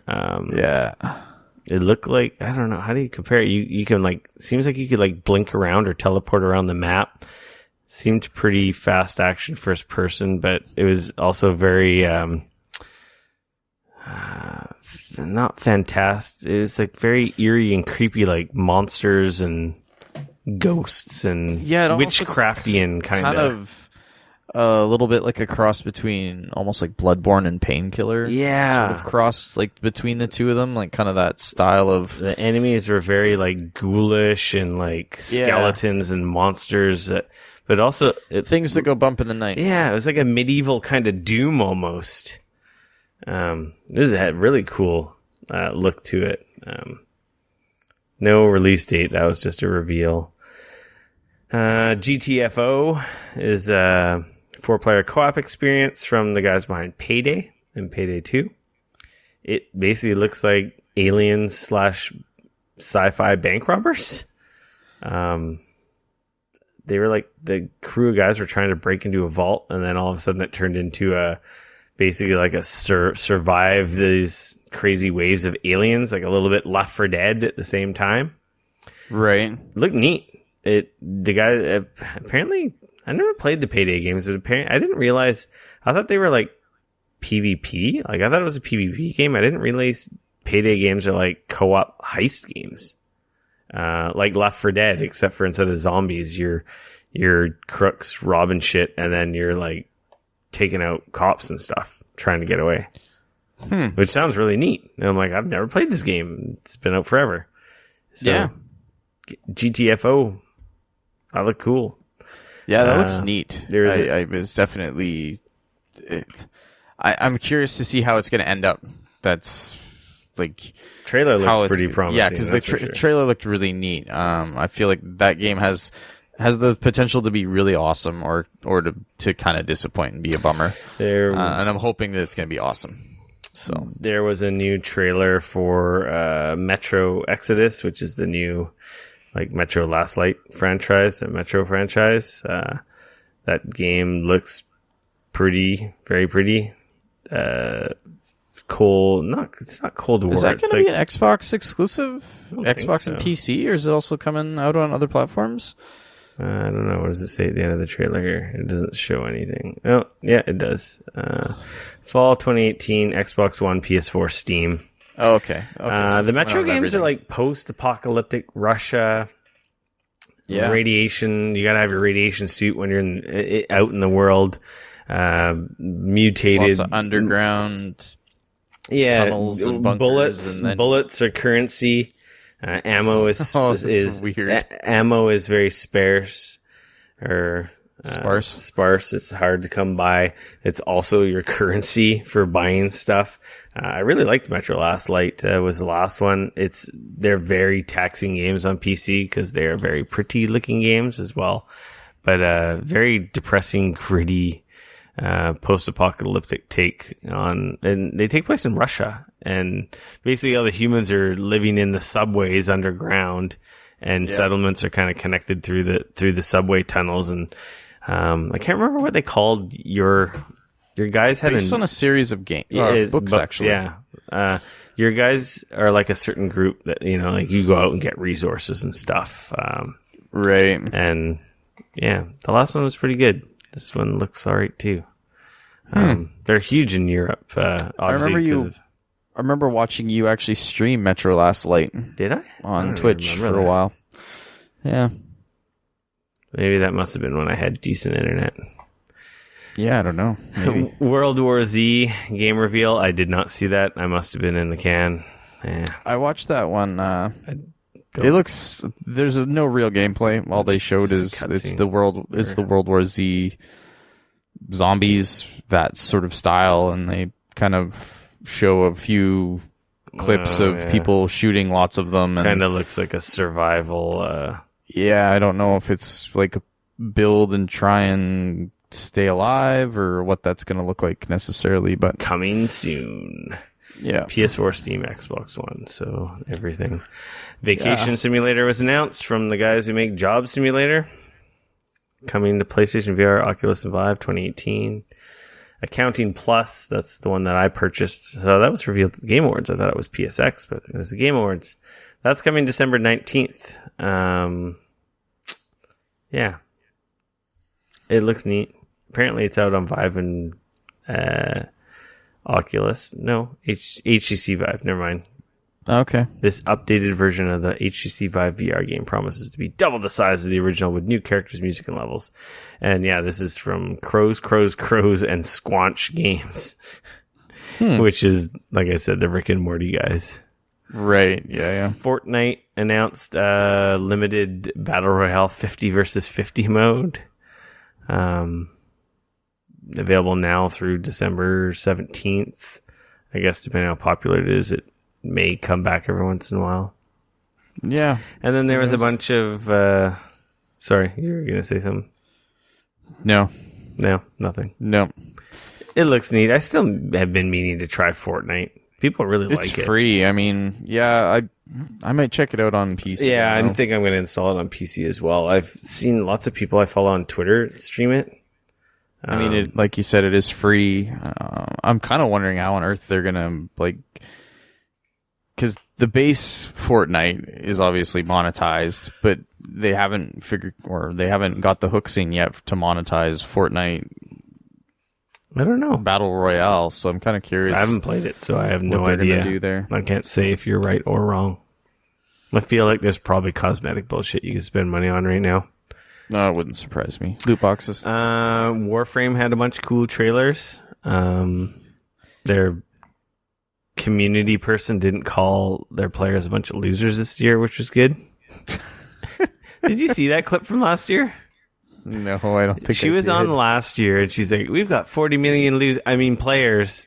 Oh wow! Like she said that live on the show, and I'm just like, like, you know, like. I mean, it was probably supposed to be tongue in cheek, but yeah, I don't think she meant to say rough. it. Period. It was just like total Freudian slip. I don't know. People. I'm amazed they had her back on the stage this year. She must have been like, "Don't screw up," in her head so bad. Imagine if she said it again.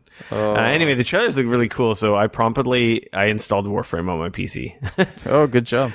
Did I play it? No, but I installed it. Not. But it's installed.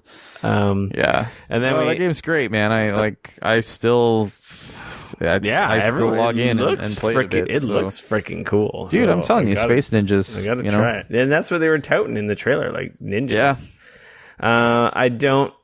There's a lot of the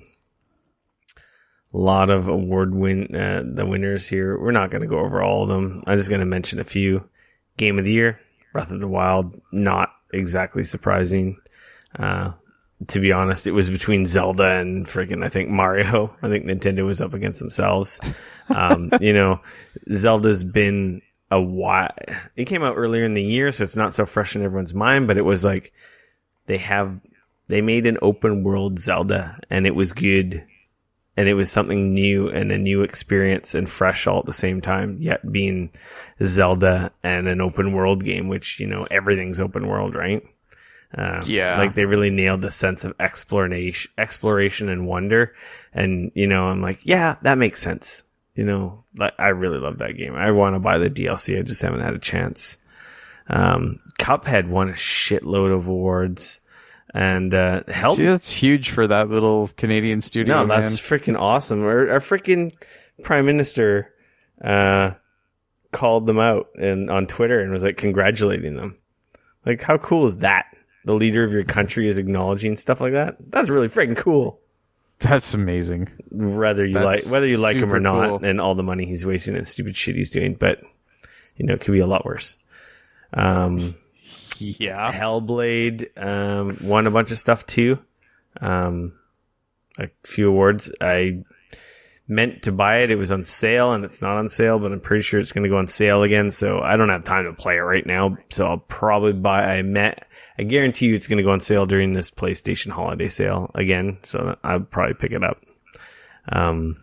Best audio design, best performance was and games for impact. Actually, the best performance, the girl who was the main character. She played the main character. Yeah, in Hellblade. she's just the video editor. Like, she's not an actress.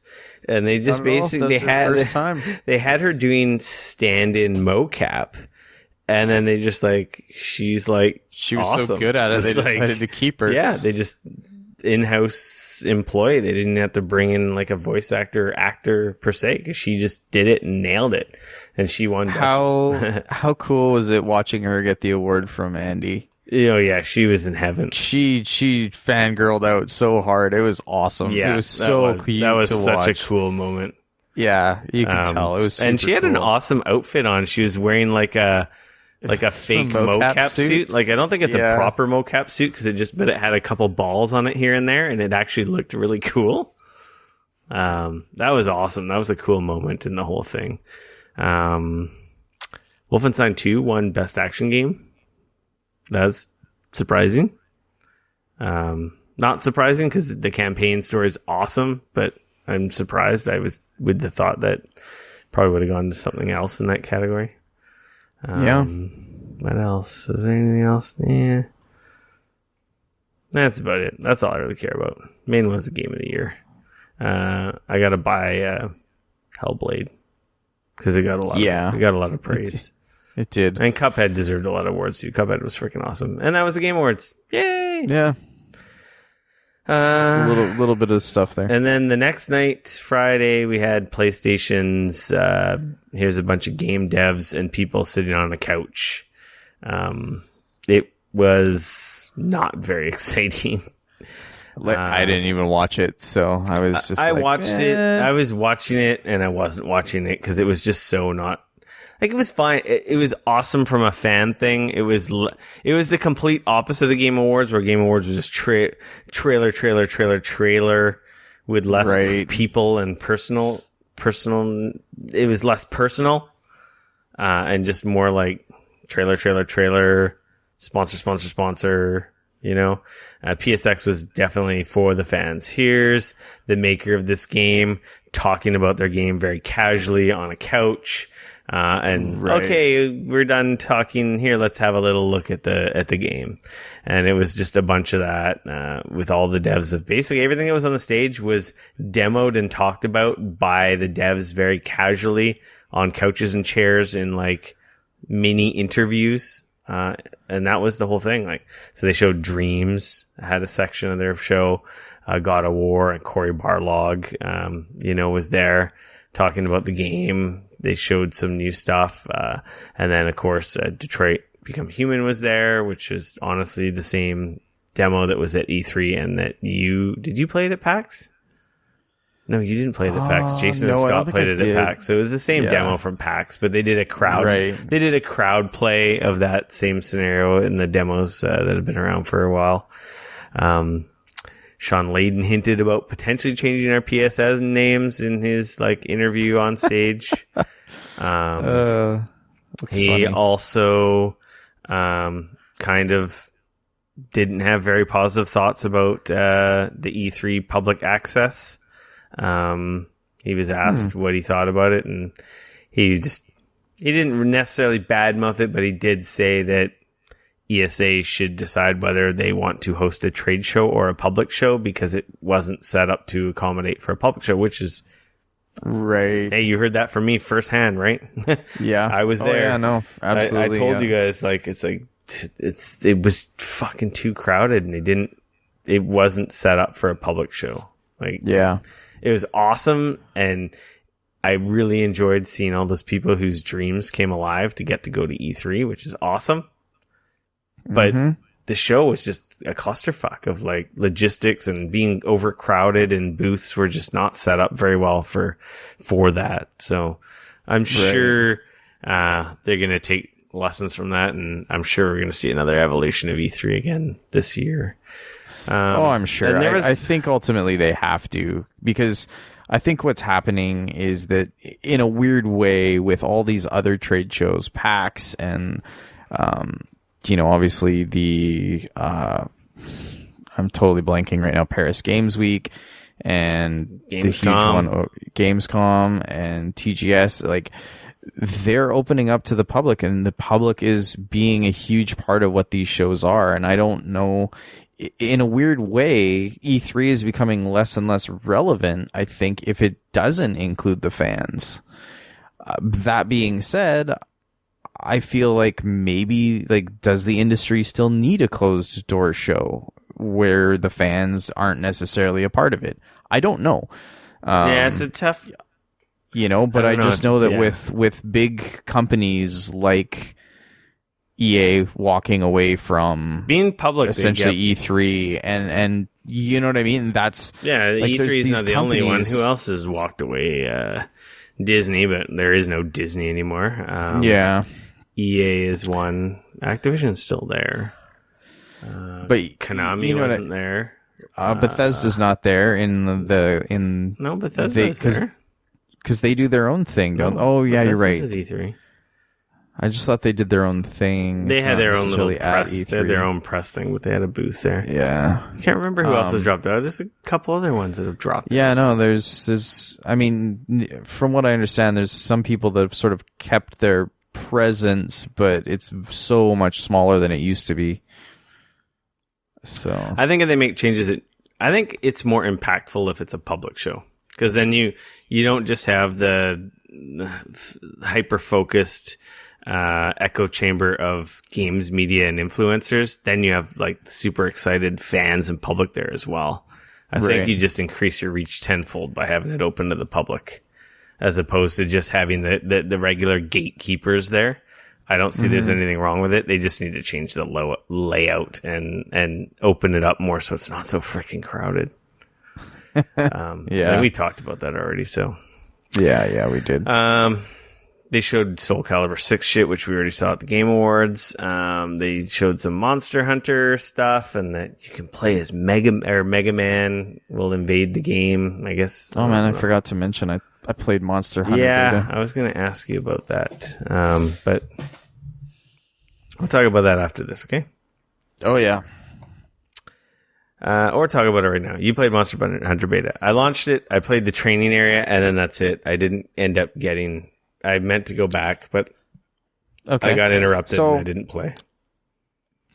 So I launched it. I didn't play the training area. I went into the easy hunt. And I felt like they did a pretty good job of sort of explaining. I messed around with, took a look at all the various things, and created a character, all that kind of stuff, which is going to be cool. And obviously they've said that this will be different in the final game, and there will be more options and stuff, obviously. Played the first hunt, which was sort of the easy hunt. Found the monster, you run around and do some searching for it, find its, you track it, you find its footsteps, and you track it, and you figure out where it's going, and then you finally find the monster, and then you wail on it for a while, and then it gets essentially tired, or whatever they want to call it, and it runs away. Then you have to chase after it, and then find it again, and where you can finally kill it. Which was fine. It was like, that was fun. I'm simplifying it a lot. Is it all single player, or is it kind of like Destiny public events and you're seeing other guys run around? So at least in the beta, there was single player missions. I know you could party up, so you have to. I guess sounds like you have to specifically party up. Then there was separate areas. There was one. So there was one area that you would go to single player, and there was the 3 missions that you could do: easy, medium, and hard. And then there was a multiplayer area, which I'm assuming, I didn't do any of the multiplayer stuff. But from what I understand, it's the same missions. You're just doing it with other people. So you're grouping up in a party and then going and doing it with people. Yeah, I wonder if it's about matchmaking or if it's all... I'm not sure. Like I said, I didn't jump into the multiplayer side of it. So I played the easy. It went fairly well. I did my thing, killed the monster. Yay, cool. So I was like, okay, well that's fine. Like that works out well. I had a good time. I seemed to enjoy that. So then I was like, okay, well I'll try the intermediate. So I chose my weapon and did the thing where I went out and tracked down the monster and then found the monster, wailed on the monster for a while, then the monster ran away, so I chased it, and then I wailed on it some more, and then it kept running away, and I kept chasing it, and then I ran out of time. And that's... And I apparently failed. I saw your tweet complaining about time. It was the weirdest thing. I was like, here you are, and they just... It felt completely arbitrary. There was no reason for it whatsoever. There just seems like there is an arbitrary time limit on it. And some people on Twitter did reply back, and apparently the timer in the beta/demo that they had was much shorter than the full game is going to be. Apparently the full game has a 50-minute timer. Mm-hmm. Or 60 minutes or something like that. So it's essentially an hour. But I guess my question is why is there one at all? I guess it's like the timer in Destiny and Nightfall to arbitrarily make it harder. Otherwise, I guess it's not that hard if you just have all the time in the world. I don't know. I hate time limits too, so that's kind of so that's the thing is like, so I was like, okay, well, I'm new to this. This is literally the second monster that I've ever tried to chase and catch and kill in my life. So let's try this again. So I changed out my weapon. I went with something a little different and, something I thought, whatever. And so this time I kind of had a better idea. Like, okay, well, don't dawdle. Don't get sidetracked with killing these other things that kind of get in the way. Like, just kind of get in there, do what you need to, and then find the monster and get at it. You know what I mean? So I got in there and I got to the monster and I started wailing on it. And the one thing I will say that's kind of neat is, like, depending on the angle of attack, depending on where you're hitting the monster, like, there's a lot of depth to the way that you're attacking the monsters and stuff, like, which was really cool. So like the monster that I was attacking has almost like scales, and then he also like rolls around in the mud, which then essentially like cakes on him. So like once he does that, then you have to like destroy those like sort of caked on mud before you can kind of get down into where you got to attack him. And then because he has like these scales, if you come at him from a one angle, you're actually like attacking him for kind of getting underneath the scale and in between. Mm-hmm. And like, so you do more damage like that. Whereas like obviously his head was like big and bony. So it was like, did virtually no damage. So like, and you can see your numbers, like your damage numbers changing depending on where you're attacking him and the angle and stuff like that. I did find out later that apparently like if you actually attack his hands or his feet or whatever, that was like a weak spot, and you gotta. So anyway, so I learned a bunch more about it later, but it's literally same thing. I wailed on this dude for quite a while, and I actually ran out of time again. That's and it was really frustrating because like the first time I had gone at this particular monster, like he had sort of what they call fainted me, like he kicked my ass more or less at a point, and I had to then whenever you like a monster doesn't really kill you, but you faint and you end up back at like the main camp, and then so you have a certain amount of tries to kill the monster. And then every time you faint, you get one less try more or less. So like I think I had 8 tries, and of course I had 9 tries and I fainted once, so I only had 8 left. And I think maybe you get less like loot if you faint as well. Like it's kind of one of those things. But then of course, like so then after that, I still had to go back, find him where he was. So I had to run back to where he was and then try to start wailing on him again. And I got like halfway back and ran out of time. So then my second playthrough, I was literally wailing on this dude the whole time. And here I am mid, like beating on him, and time runs out. You've failed. And it's a really shitty feeling. Like it doesn't make me, it did not make me feel like, oh man, I really want to try this again. It made me feel like, well, why, first of all, why is there a fucking timer here? This is bullshit. And second of all, this isn't making me want to play this more. No, that seems really bad. So, and again, I'm trying to keep an open mind with it, because like what I did play of it, I was enjoying. There seems like there's a ton of depth. I really wish I got to play it. This Monster Hunter is like Dark Souls. It has like a huge like cult following, and it's a beloved franchise, but it's one that I just haven't been able to, to play. It's got quirks. It's just it seems impenetrable, and it's like, I don't really want to play this game on 3DS, because it's always been on like weird consoles, because it used to be a huge PSP game. Well, the first game came out on PS2.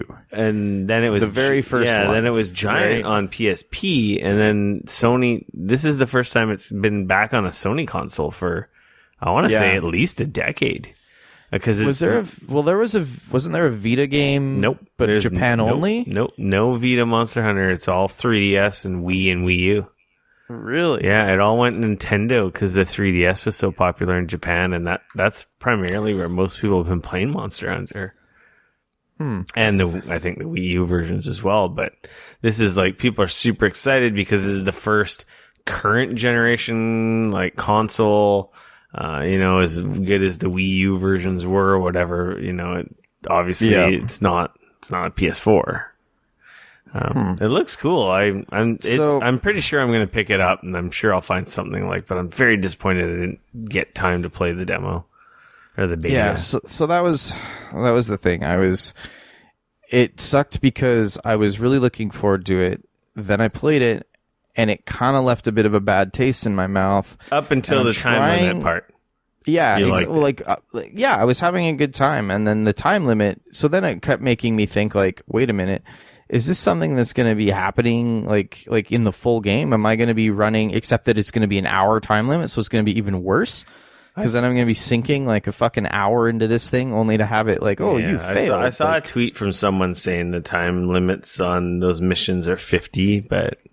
See, to me, not playing it doesn't mean anything to me.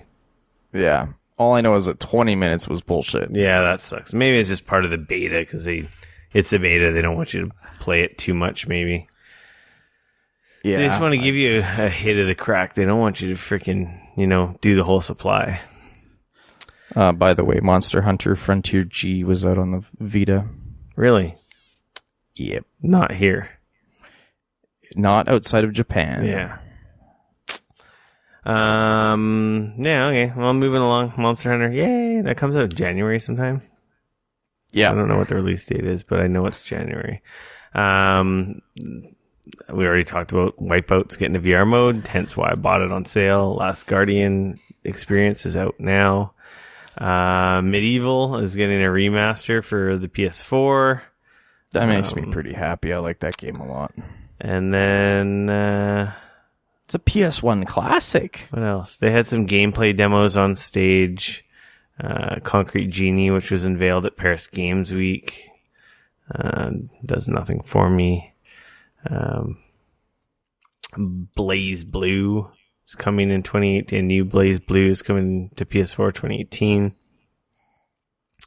Jupiter and Mars, some PlayStation VR game. Looks like dolphins swimming underwater with crazy visuals. Looks pretty.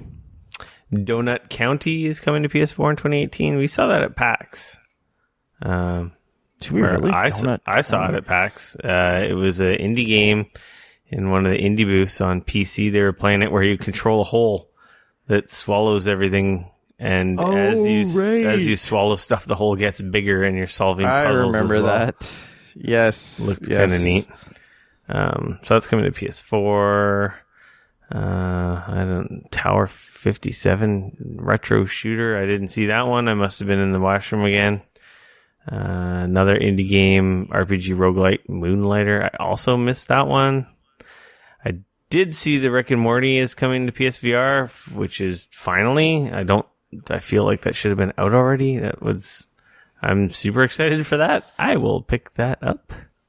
I don't think they had a date. They just said it's coming. Mulaka action adventure game they showed as well. And I almost don't really care about any of the rest of the stuff. Just a bunch of, just a couple random indie stuff that looks meh. It was a decent show. I don't know. It felt really long because of the casual method of it. It wasn't bad, but they didn't add. I don't know. They kind of, for lack of a better term, they sort of blew their load at Paris Games Week. I don't think they had any more real big bombs that they were in the spotlight to drop. Yeah, they didn't have And then coming what was it, 3 days or 2 days after the game show or the Game Awards? I don't know how much left out there was for them to be like, oh, and by the way, this other big thing that you were super wanting. I mean, yeah. But, you can't constantly be dropping bombs all the time because otherwise it's just not enough bombs. Well, they just said, there's not enough bombs to drop. So that's it about PSX. Some other new, I think this was shared at PSX, or maybe this came out before PSX. PS4 has hit 70 million units worldwide.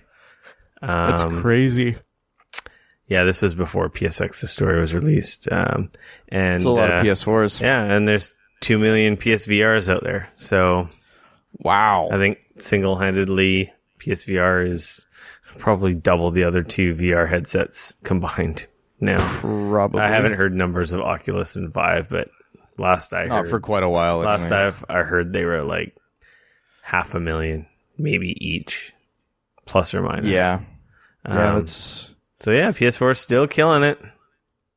Apparently the Switch is on track to sell 10 million this year. Oh, man, you're jumping news stories. Didn't you see that in the outline? We're talking about numbers. I figured it kind of worked itself in there. It's not going to. It has. It's sold 10 million. Well, it shipped 10 million units. It hasn't sold 10 million units. I'm pretty sure those are going to sell. I'm pretty sure they will. Nintendo Switch has been the hottest selling console in Canada. It's been outselling PS4 and Xbox One pretty much. Yeah, they've also been out for multiple years. Yeah. It's currently on track. It's tracking almost identical to what the PS4 sold.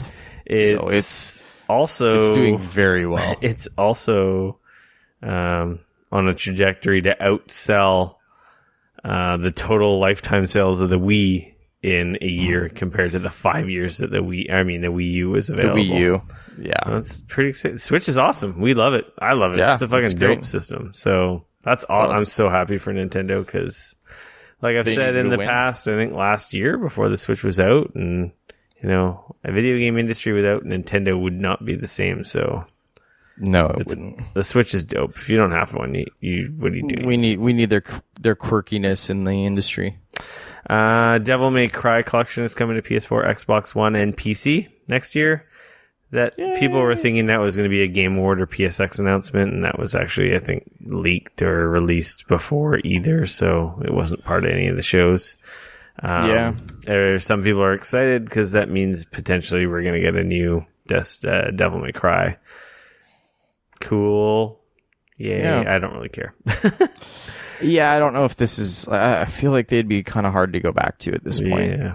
I don't know. Street Fighter 30th Anniversary Collection was announced as well, coming next year. A lot of Street Fighter games. PS4, Xbox, and Switch, and potentially, and PC as well. Basically, it's 12 Street Fighter games? Yeah. Street Fighter 2, Street Fighter 2 Champion Edition, Street Fighter 2 Hyper Fighting, Super Street Fighter 2, Super Street Fighter 2 Turbo. Jesus Christ, Capcom really knows. 6 versions of Street Fighter 2. Like, really? Really? They're all very different, man. No, there's 5 versions, there's Street Fighter, and then 5 versions of Street Fighter 2. But then Street Fighter Alpha, Alpha 2, and Alpha 3, which is dope. I love the Alpha games. Yeah, so did I. Street Fighter 3, Street Fighter... no Alpha 3 Turbo. Street Fighter Which, 3...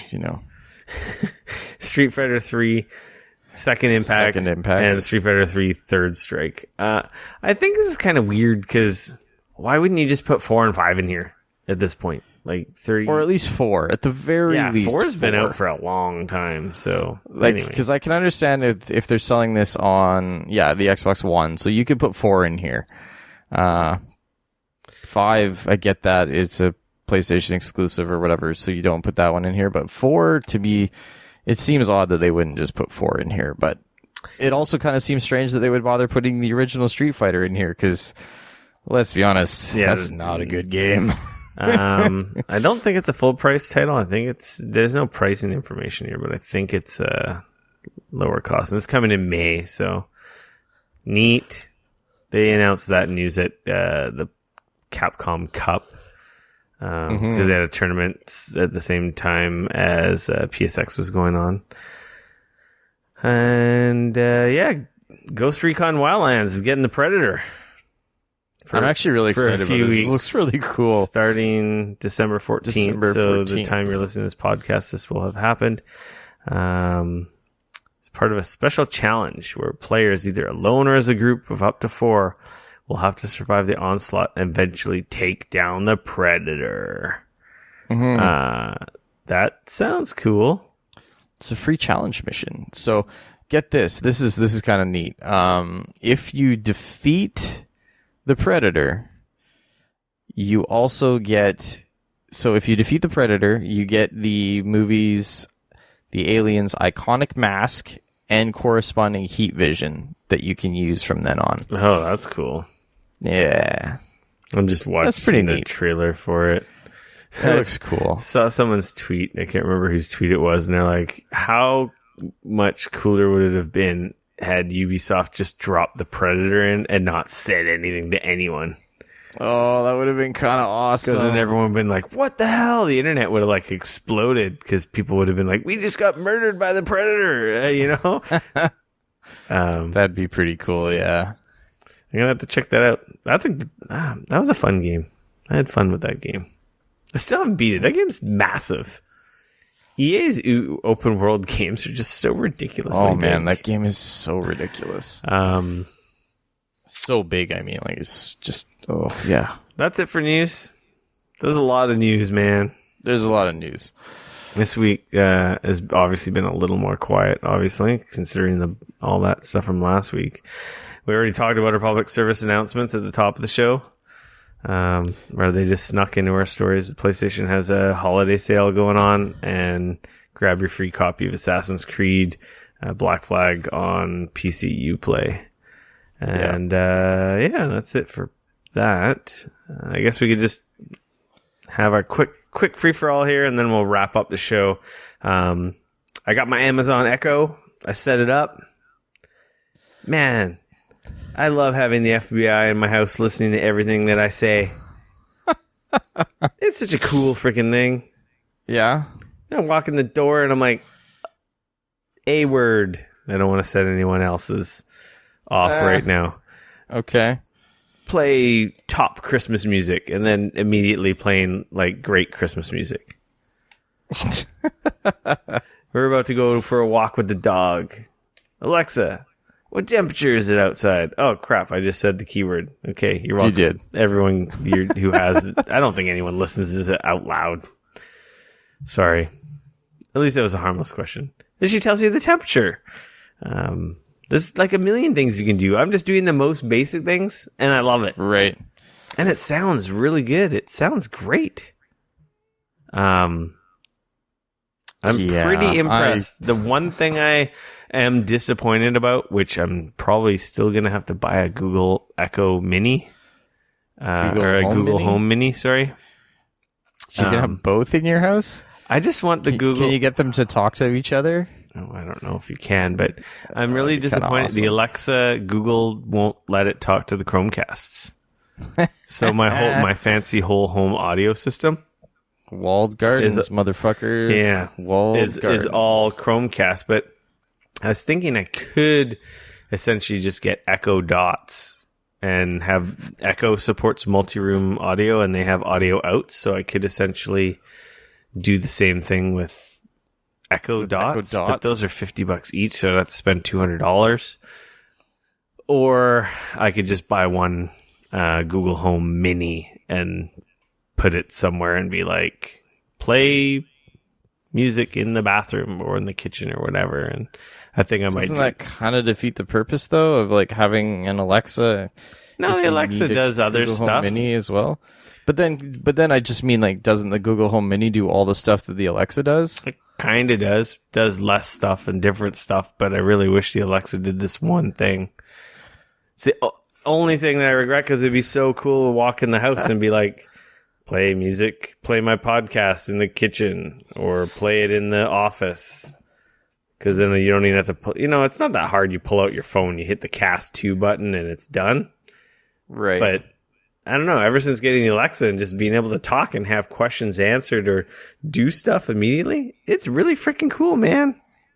And then it's super creepy because you can go online and you can listen to what you've said and how you said it and what questions you've really asked. Funny because my daughter tries to say Alexa, but she can't say it. But as soon as she can say it, it's going to be interesting to see what happens around the house. Yeah, my wife is like, fuck no. We will never be getting one of those and putting it in our house. I think that is I too fucking creepy. I really was like, for $100 I'll try, and if it sucks, I'll take it back to Best Buy. But I love it. I think it's awesome. It just sucks that I can't do the Chromecast thing. But I don't know. Not a big deal. Just get a Google Home and can have. I mean, what can have the FBI? I guess the question I ask is, what does Alexa do that Google Home doesn't do? I think it works with a lot more of the home automation stuff than the Google Home does. And I think there's just, I don't know all the stuff. There's checklists and comparisons. I think the biggest thing is that Echo sounds better is the biggest thing. So using it as a speaker to play music. Right. It's just better than the Google one. The Google ones don't sound good. It has decent bass and it's quite loud. It's pretty impressive. My boss has he's got a couple of the Google Homes at his house. I think I might set up the Google Home in my office. He tells me all about his experiences with the Google Homes. And he likes it?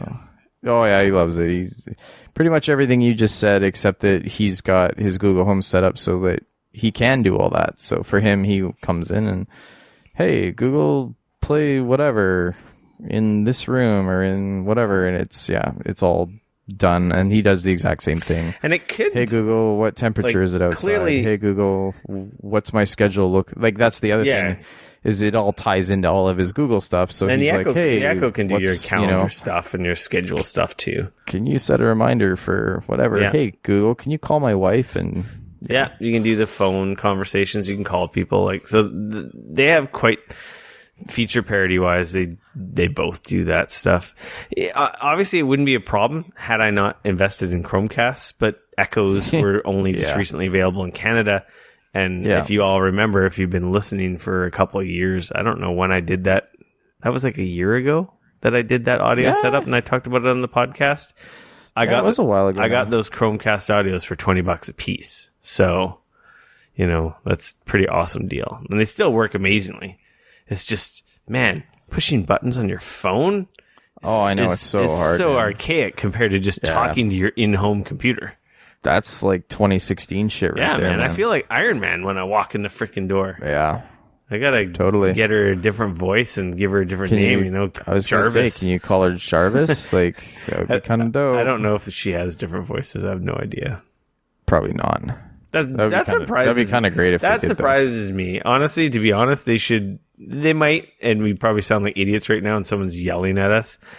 They should have voice packs. Like, you should literally be able to get Jarvis or Gladys, from Portal. Like, that seems so like no brainer. Here's $10, $20, Amazon. Like, they sell you everything else. That seems so freaking obvious, does it not? Yeah, no, I think it's great. I think it's super cool. I don't know. I'm super impressed. I would be definitely interested in, like, if they offered, some pretty cool voices or whatever. I'd be down with that if I owned one. Besides that one annoyance, I'm super impressed, and I'm happy to have the feds spying on me 24/7 now. With that being said, Dane, I think we have a show. That's a show. You can follow me on Twitter at RickF, no K, RICF. You can always come hang out with me on Twitter at Dane Cody, at DAYNECODY. You can like us on Facebook, Geekoholics. Follow us on Twitter, Geekoholics. Subscribe to us on YouTube, Geekoholics. And if you haven't already, follow Geekoholics on Twitch. Because I started playing with streaming stuff. We're going to get there. Trust me. Oh, yeah. We're going to be streaming soon. And soon in Rico's world could be 6 months, but I started playing with stuff. It's going to happen. Yeah, we'll get there. Anyway, we'll get there. Yeah, thanks for listening, everybody. Share us with your friends. Make sure to like, subscribe, whatever, everywhere. And of course, if you have the opportunity and you're an Apple user, iPhone user, actually anything Apple, please give us a review and rate us on iTunes. That seems to be one of the greatest ways of growing our audience and listener base. And of course, anywhere else fine podcasts are sold on the internet, which they aren't. But if you have any way to review us or share us, please do so. We appreciate the help. And yeah, we're also on the Google Play Store as well. You can get us there. So everyone have a good weekend, and until next week, we are out. Later. Peace. Skyrim's foes. Beware, beware, the Dragonborn comes. For the darkness has passed and the legend yet grows. You'll know the Dragonborns come.